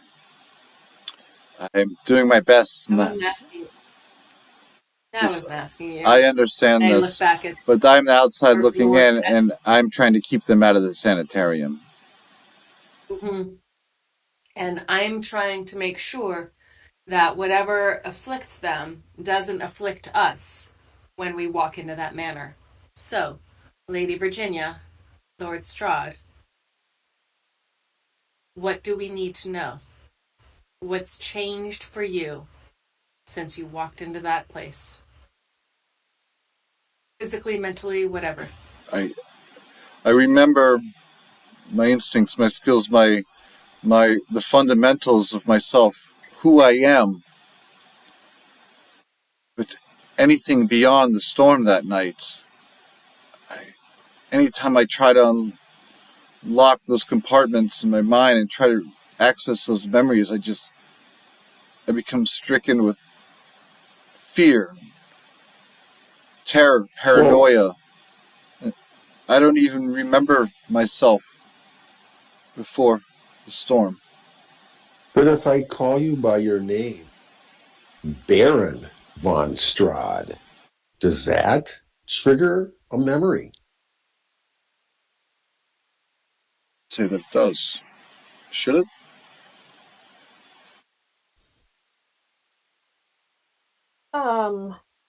What can you tell us about Do the you? storm? Oh, I'm so sorry, Sorry. Vika.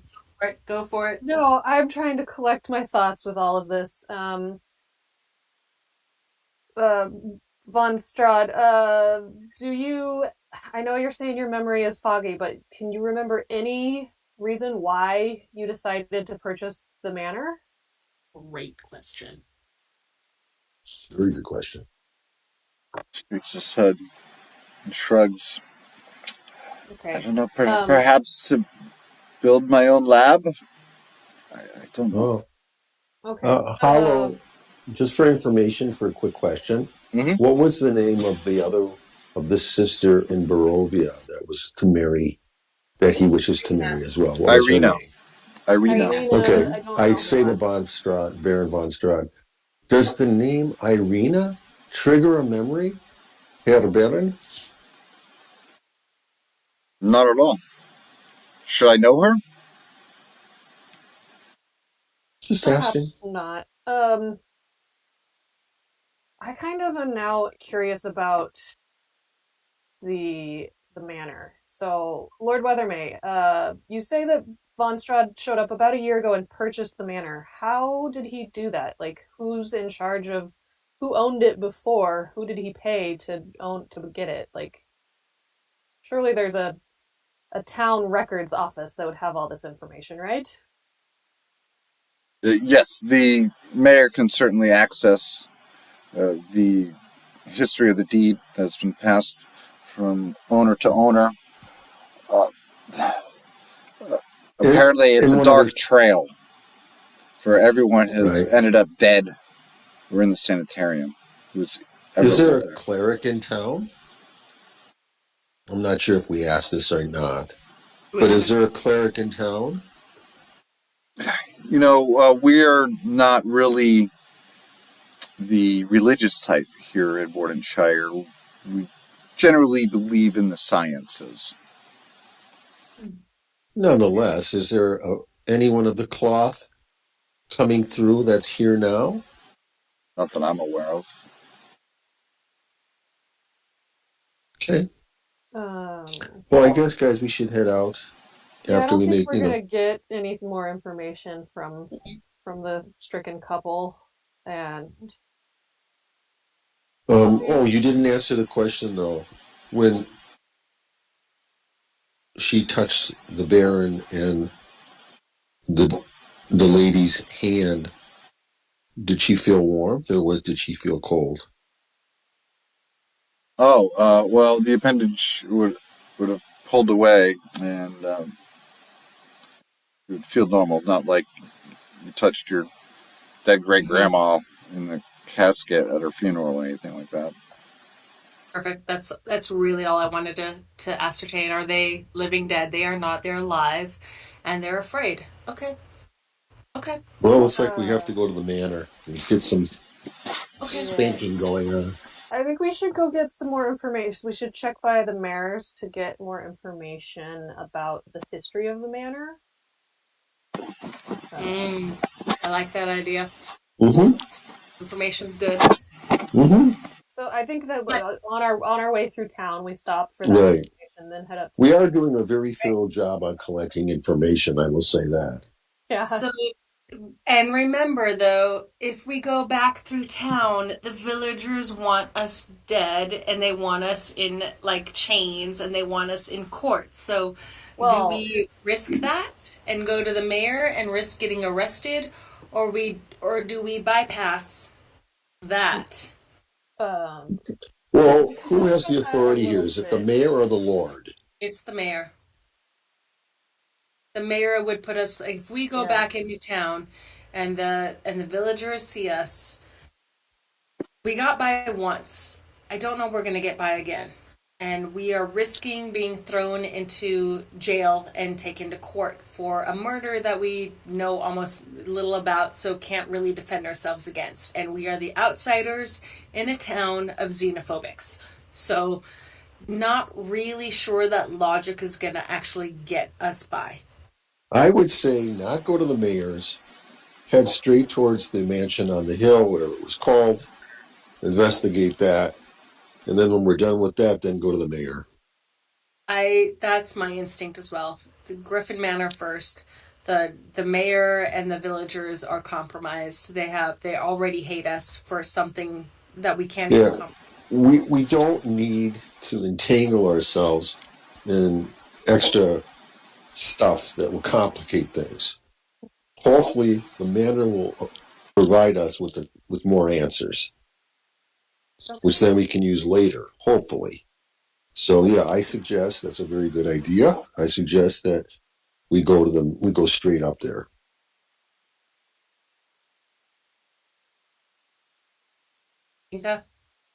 Your Sure. opinion Okay. matters.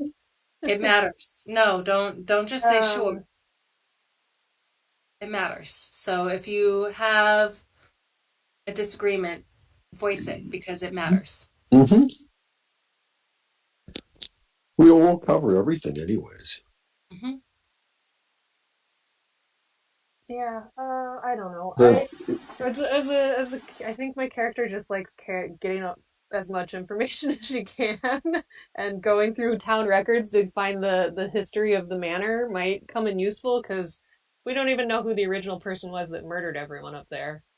Okay. So what about this? If it matters to you, you're a druid. You can shift into like some animal, right? Yeah, I distracted trying to find it on my character um, sheet, but I have a So disguised self that I can wait, use as guys, I guys, well. we do not split up. We do not split up the I'm party. not That's the one I am cardinal not rule. recommending that. Would you follow me for a second?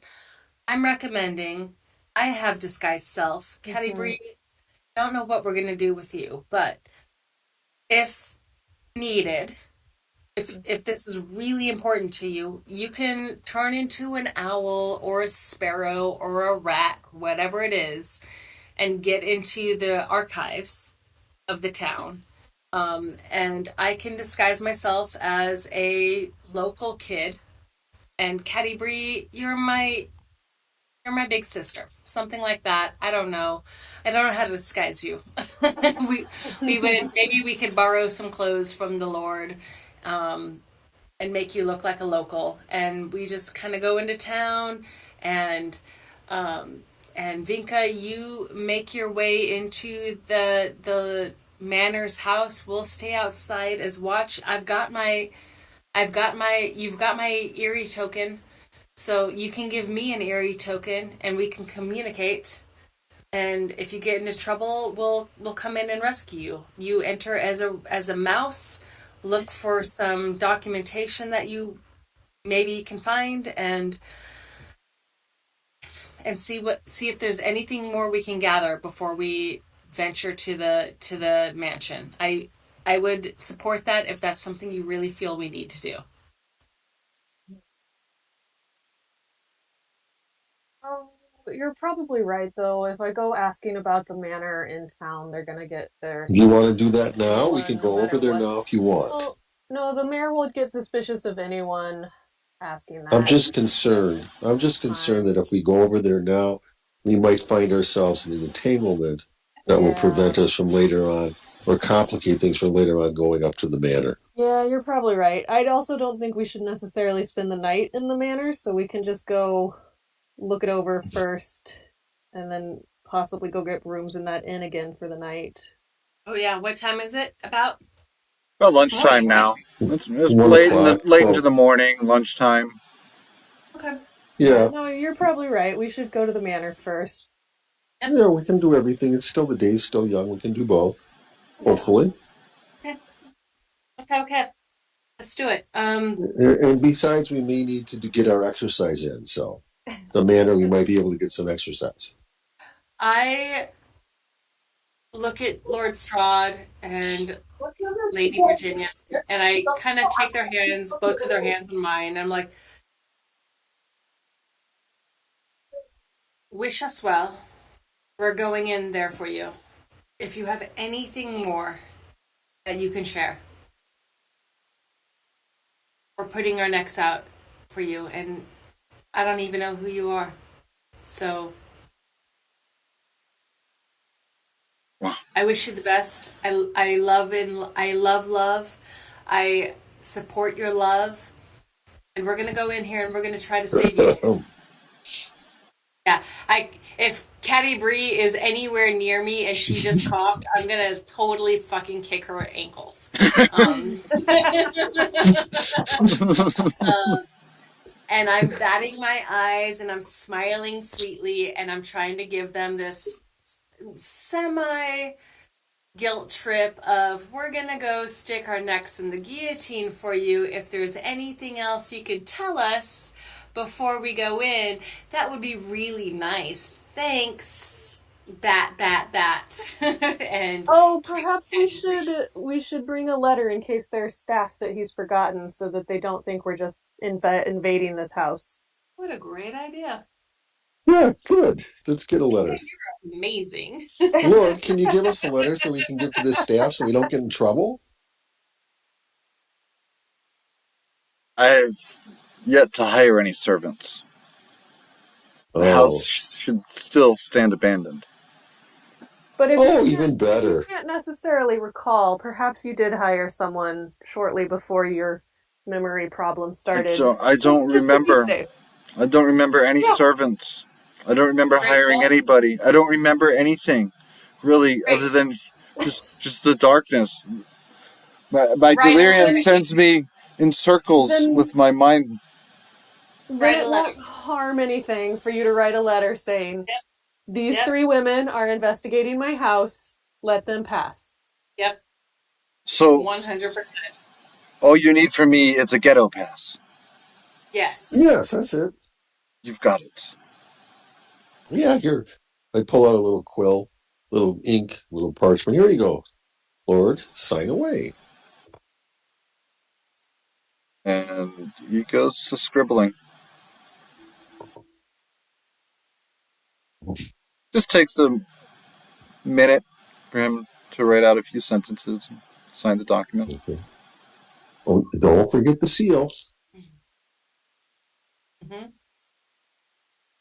And Lord Weathermay, he rings his bell. Jeeves shows up, and he orders for wax and seal. And basically, it gets notarized by Lord Weatherby himself with his seal. Cool. By the way, Paolo, my signet seal is not on my finger anymore. It's on a cord wrapped around my neck. And it's hidden.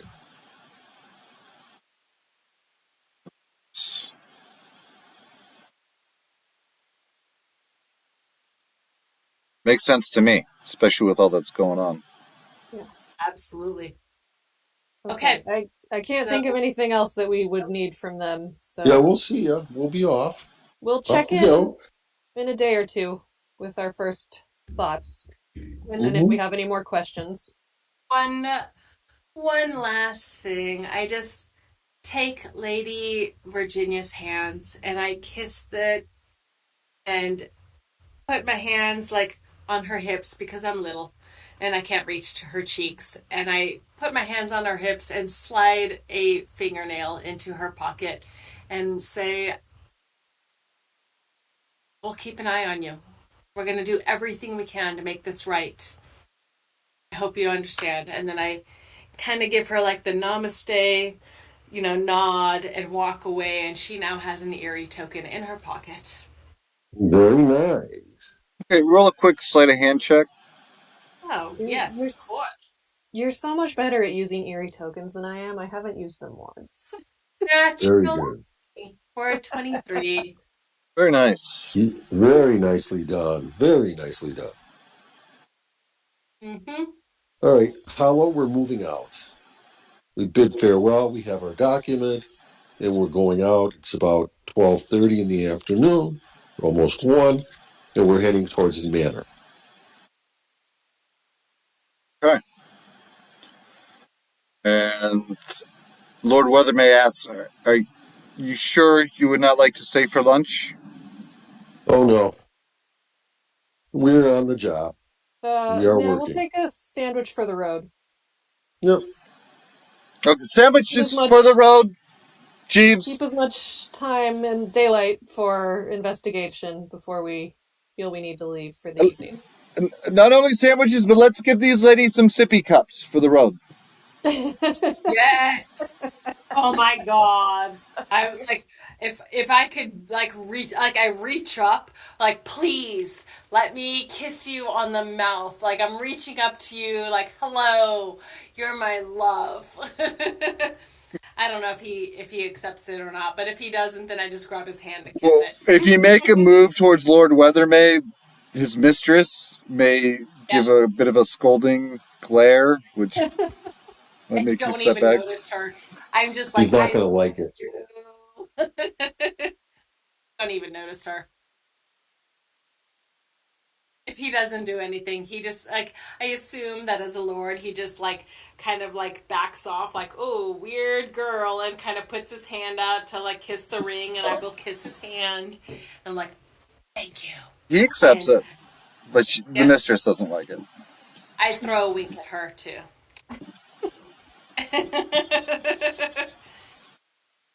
I mean, I'm flexible.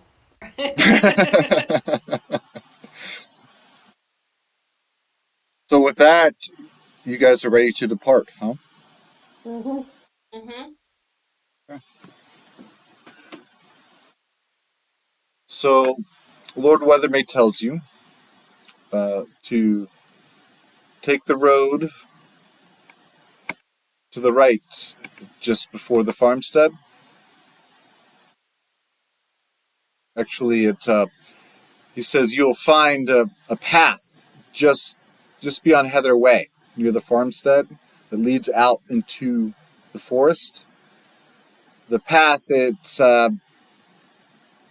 well, it's hidden, so you might have to search it out, but it'll take you into the swampland, and it'll lead you all the way to Griffinhill.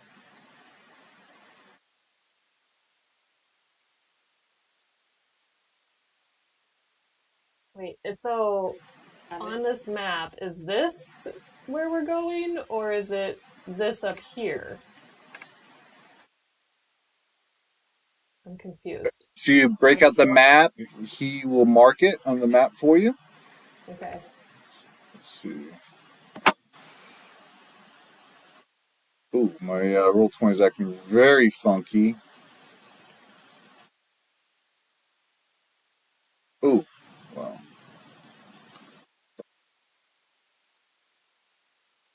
again.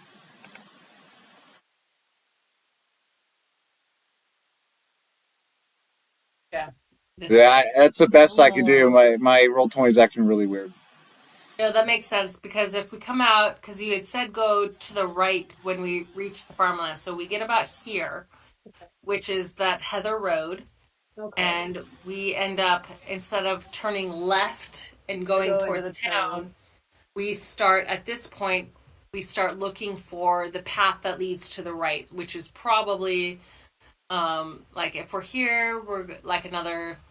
I have no idea what these grids are, but Yeah.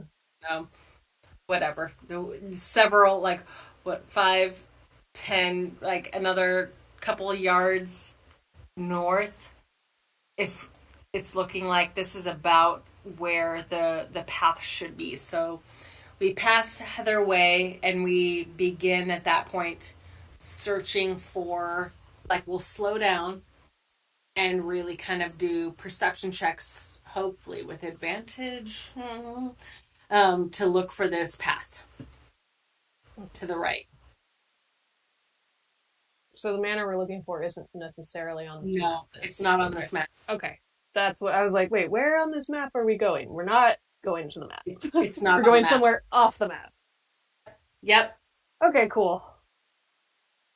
And no, we didn't have time to do this. Never mind. At some point, when there's downtime, Pi will recreate this map on a piece of parchment. Fair enough. Yeah, it might just take you an evening. Sure. Well, off you go with your Sammies and your sippy cups, and you're on the way back towards the outskirts of town to the farmland. Yep. And when you pass Heather Way and you're through those gray woods, go ahead and start searching around. Roll your perception checks. Will, of course, allow advantage, as previously discussed. Oh, This it's one's a another natural 14. 20 for Phaedra. Or, sorry, for Pi. 26 for me. Well, that's better. Mine would have been a 14 with advantage because I didn't roll well. Give me a second. I'm rolling it up. Oh, that's good.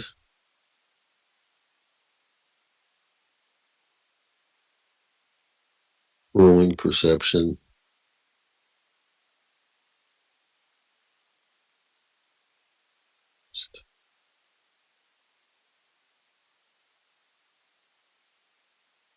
$23. I rolled a crit.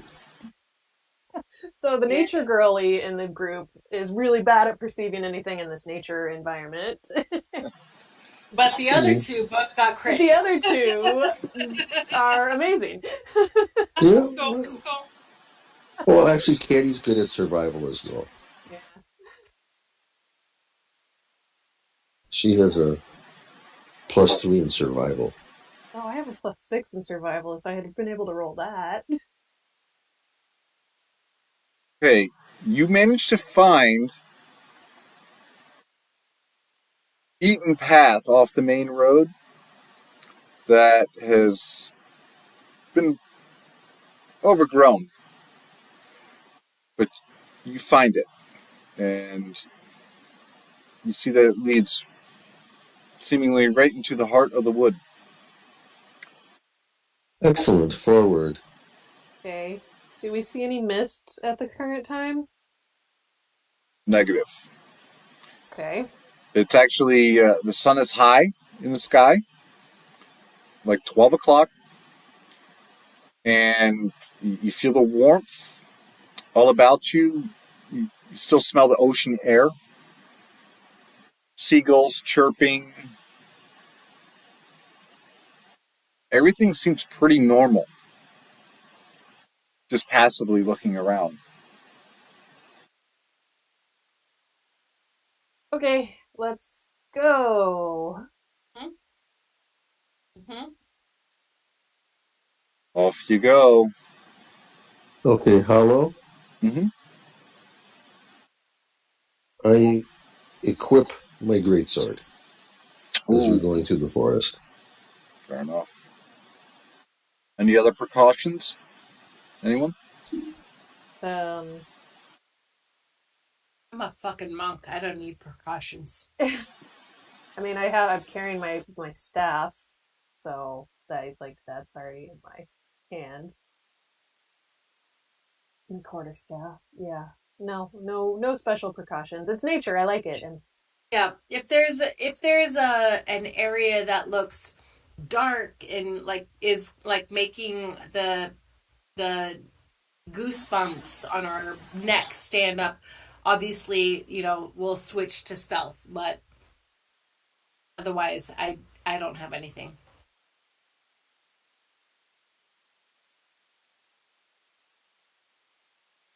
Press forward through the woods. Probably just a few hundred yards in. The trail, it it's very overgrown, and you might have to chop your way through the underbrush or trudge through it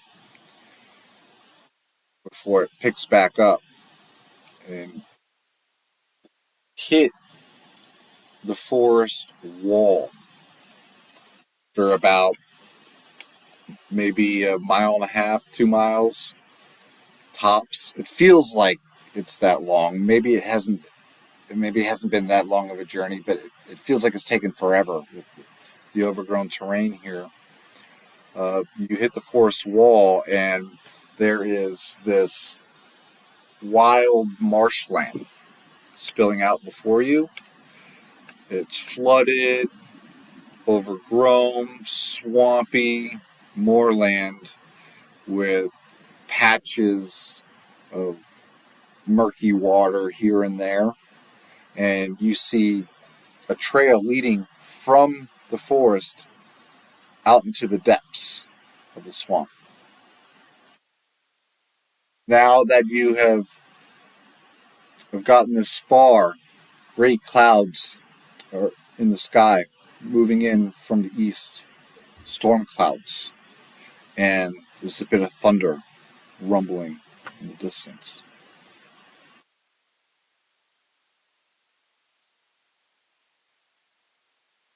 Very good. Okay. Move a little faster. Yeah, I'm switching. I'm putting my greatsword away and taking out my longbow. I would like to take the lead. I'm super fast. I've got 45 feet. Are you two both 30 feet movement? Yes. Yeah. Okay, so if I go half speed, 45. Shit, that puts me a little slower than you guys. I'm gonna do that. I'll just go in front and going at my normal speed. Um, investigating as I go, or perception, whatever. And trying to make sure that we do not wander into the murk and that we stick to the solid ground. I could also cast Water Walk on all of us so that we don't end up wandering into the murk if you want. What? Having a druid in the group. Druid. If we want to take 10 minutes, I can do it as a ritual. Absolutely. I will sit for 10 minutes if you want to cast that. Yeah, I mean, maybe, yeah, so stay in the area, but like look around. Don't just like sit there and twiddle your thumbs. Yep. I will keep watch. If you want to cast a water walk spell. Yeah. So I That's a will very good spell. take the 10 minutes to cast it as a ritual. It lets me give up to 10 willing creatures the ability, so there's only 3 of us. Here, I guess I can put the info. So we're using water walk because we have to get across the moat? Well, just to make it easier for us. And yeah, if something comes after us, we can just run into murk that something else wouldn't necessarily be able to run on top of. Mm-hmm. That's very smart. Very good. Yeah. Yeah, or if we accidentally step off the path. There we go. That's how I get it into. Now it's in the chat. So. Yeah. Oh yeah, here it is. So, and it lasts for up to an hour. Okay. I think. Is that what I would read? We're ready. Yeah. Duration, 1 hour. So yes, 10 minutes in, we do that. They're looking around. Okay. Moving forward, the marshlands are, well, they're pretty harsh. These moors, it's like the environment just seeps into your boots. You can feel the sogginess of your feet rather quickly out here. As, well, environment doesn't necessarily get the better of you, but you're feeling it. And you come to this really ruined structure that looks like it's got to be the remnants of a stone building, crumbling stone building, like a cottage or something that's got to be 100 years old in the ruins. And very new. Yeah, but it is crumbled and just sinking into the swampland. It's not the house on Griffin Hill or anything. It's more like something that looks like it's sinking in like some type of like little You're not sure what the fuck it is, actually. But before you can really digest what you're looking at, there's movement from within the ruin. And there is this big, nasty, hulking creature that reeks of death. And it is just the size of an ogre. It looks like an ogre zombie that spills out from the ruin and into the marsh towards you. And it yells at the top of it, whatever's left of its rotted lungs. Oh, boring. Kill it. Yeah, I think we should just murder that thing. And Candy Bee says, "That's all. What a disappointment." And it's not in range yet, is it? Hollow? Updating the map for you. Go. Oh, you're not in Roll20, are you? Okay. No. You guys are probably about 50 feet or so away. So he's outside of melee range, and I'm going to shoot him. Okay, let's have everybody roll initiative. Okay. Oh my god, it's our first initiative, you guys. This is our second game or third game, and now we finally have a battle. There we go. Oh, yes. 22 for pie. I don't seem able to select my character token. Try refreshing real quick. Okay. Patty Bree, what'd you get for initiative? Rolling it right now. Just give me a second. Ooh, very nice. Very nice. How much? Okay, yeah. How about a 19? I'm not able to... I rolled a 19 for initiative. I have a +5 to initiative, and I rolled a 14. Double checking your settings and your token, Vinka. Making sure the read-write access is correct.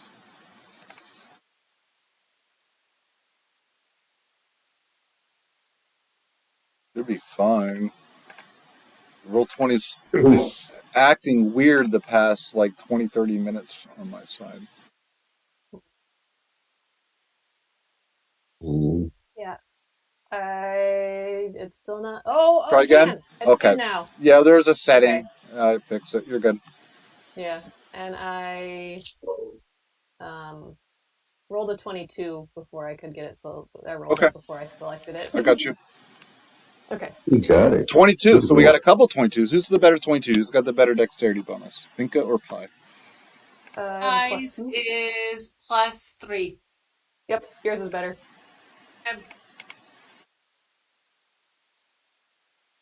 Okay. Pi, you have the jump on things. What are you doing? Got it. I am going to move my 45 feet of movement to... Hang on. Let me measure that real quick. Make sure I got that right. There. Okay. Got it. We're going to go to here. 45 feet of movement, and then I'm going to use my darts, which I haven't used. Have I got 5, 10, 15? Great. Is that... Wait, sorry. Darts are 20 feet. Did I move to the right spot? Hold on. 5, 10, 15. Perfect. Yes, I moved to the right spot. I will use my dart to take my first attack. Not a big one, but we will roll. That is a 15 to hit. 15 to land. Okay. That is a 5 damage. Not a lot, but that is about all. Hang on. An action. Nope, that's an action.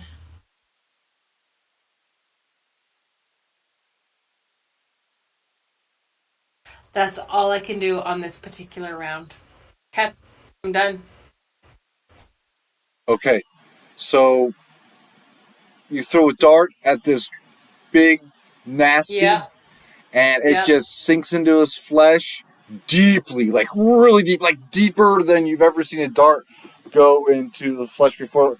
Like this thing's flesh is just, it's so rotted and just falling off the bone and soft that the dart like sinks all the way in. It disappears. The thing Okay. soaks it like it didn't even feel it. It's just like, Oh. hi, passing turn. Passing turn. Think, passing the torch to you. Okay. Trying to figure out. So I get ready to throw my dagger as Pi shows. I see the dart go in. It doesn't seem to do much, and I'm like, oh, slide a dagger back into my pouch and decide to use. Um, oh, sorry. First combat. Don't even know what I can do. This is crit.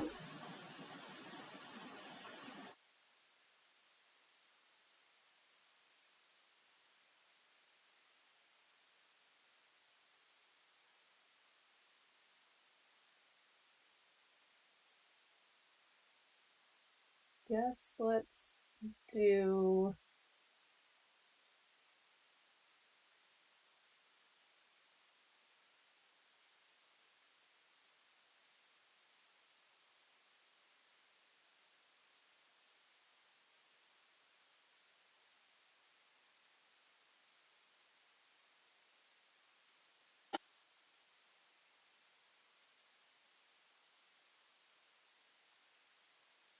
Sorry. No, you're cool.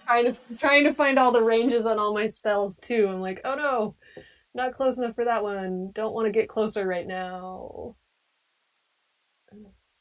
This is 60 feet. Okay.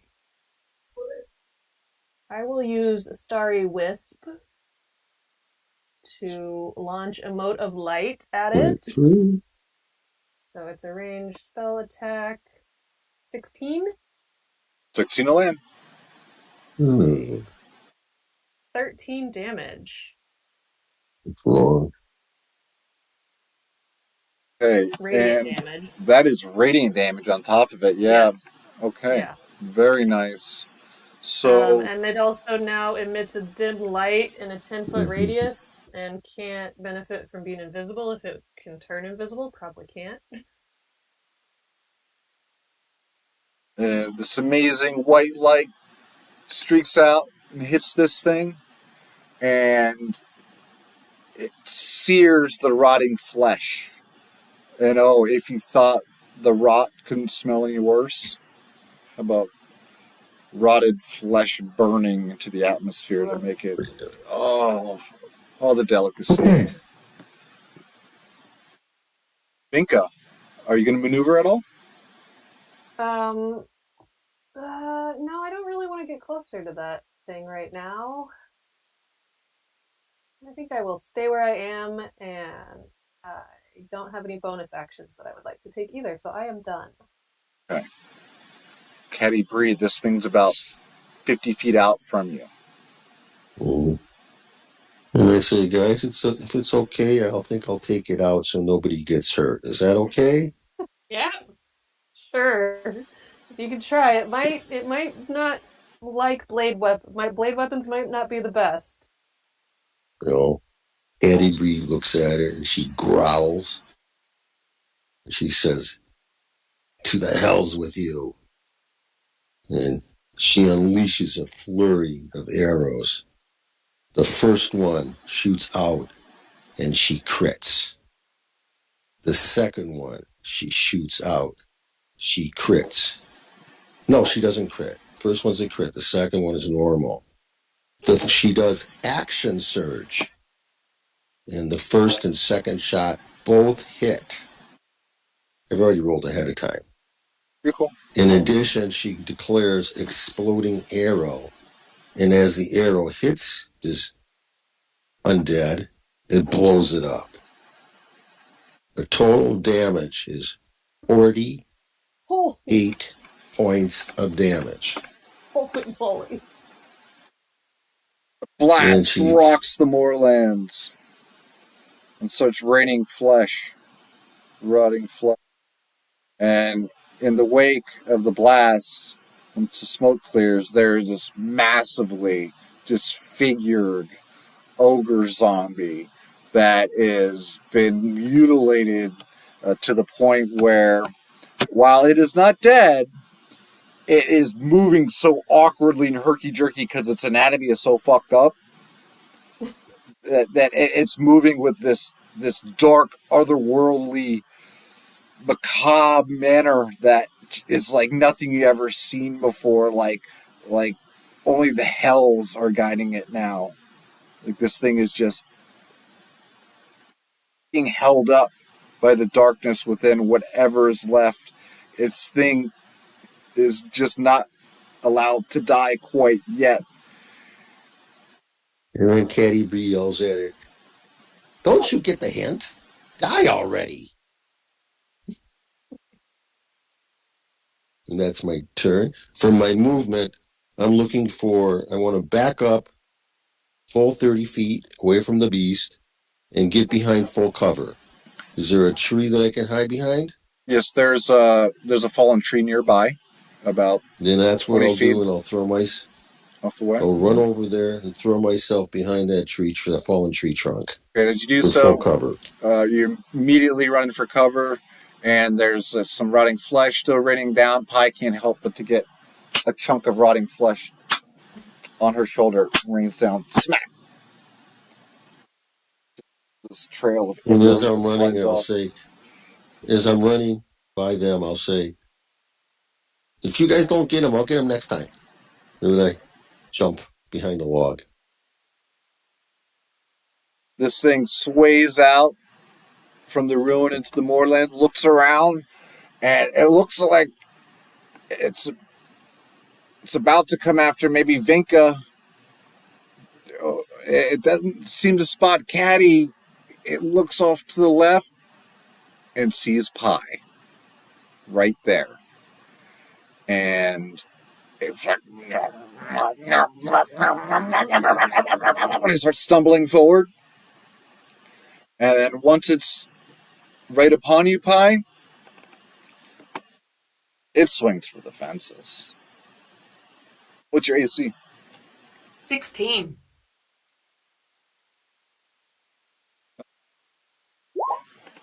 This actually doesn't have a morning star in hand. This is an unarmed attack. And it would be the same attack bonus anyway. So it's going to land with a 16 as it knocks you upside the head. Plunk. Yeah. Wait, you know what? I rolled damage for the morning, so let me roll for one attack. 1 second. Okay.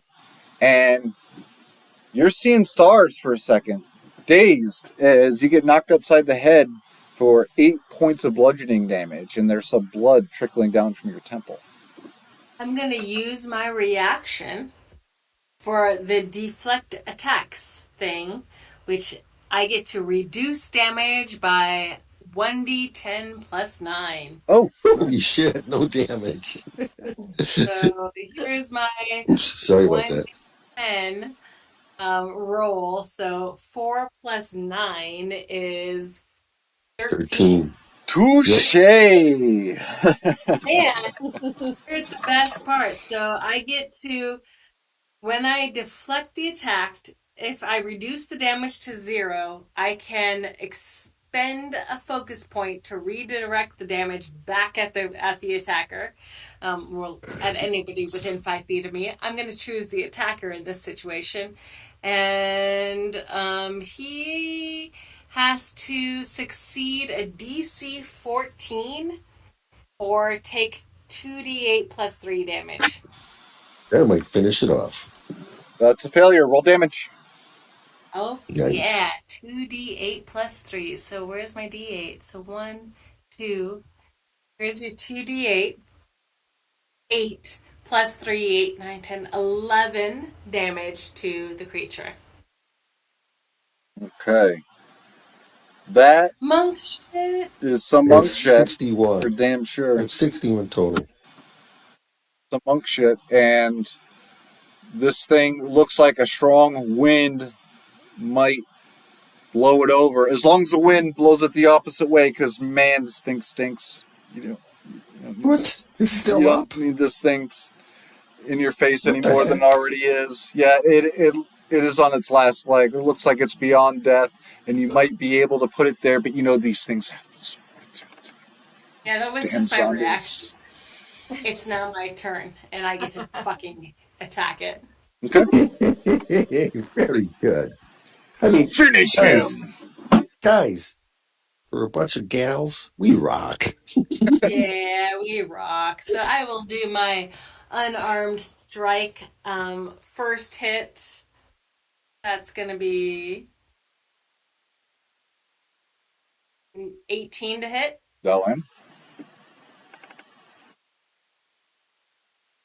8 damage. Still standing. Double checking. Standing, why won't it die? Second hit.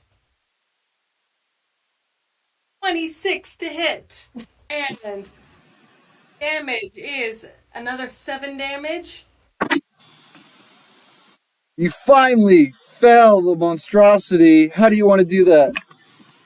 Oh, on her first hit, she kind of jumps up because she's little and she doesn't like being little. She jumps up and kind of like leaps onto him like a little gremlin and like is grabbing onto his shoulders. Her feet are on his hips, and her first hit is like right into his mouth. She just like straight punches him into his mouth, and then she leaps up, does a backflip, lands, and as she comes down and lands on his shoulders, she brings her elbows down into his skull and just crushes his skull. Ugh. Ooh. And And you can't help but to maybe get some of that lasagna on your hands. oh yeah. Whatever's left of its Ew, brain matter. And gross. because she brought a creature down to 0 within melee range, she gets, for her Touch of Death feature, she gets an additional 9 temporary hit points. Hmm? Oh, because I really have a good Death Stalker face. Because of that, I get an extra 9 hit points temporary. No, I do, not you. Oh, Yeah, I've got the Touch of Death.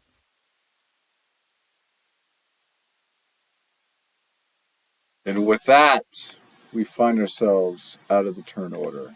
Combat is down. very nice. I have a ball of light in my hand ready to throw at it, and I just kind of shake my hand, and that dissipates. Be like, well, didn't need that. Guys, that was it. That's all. That appears to have been all for that. Is anybody hurt? Did anybody get smacked? Oh yeah, you got smacked. Are you okay? Oh, but you healed yourself, didn't you?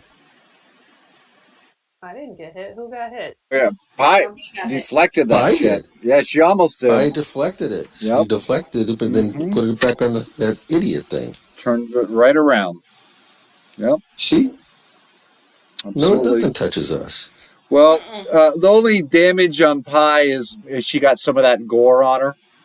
So she Yeah, looks you don't. pretty That is, badass. You know what I You mean? don't smell very she, good anymore. she does, but it looks very disgusting. It's not her blood though. It's the enemy's. Yes, but why can't killing be more clean? Does it have to be so gory? And this is rotting, stinking Yeah. blood. This is really nasty shit. It might make you gag, Pie. To be honest with you. Ew. No, Pi is like remember, Pi is cursed. She's got the death of every member of her family after her on her shoulders. Like she exists because anybody that would ever have come after her is dead for her to live. So death and gore, not a thing for her. She licks her lips and she's like, "Oh, brain matter on my fingers? Cool, thanks." Oh. No. No, I'm grossed Yeah, out. That's yeah. disgusting. She is deeply in tune with death and is she's got her arms around Madam Death. Well, while that's going on, Candy Bee just looks around and sees a flower. And she says, "Look, Vinca, Auntie Vinca, even amongst all this death and destruction, we have a flower blooming here." Yeah, flowers like to bloom everywhere. Hmm? And with that, we fade to black and we call it a session. That is beautiful. It was a I very, very, very good session, guys.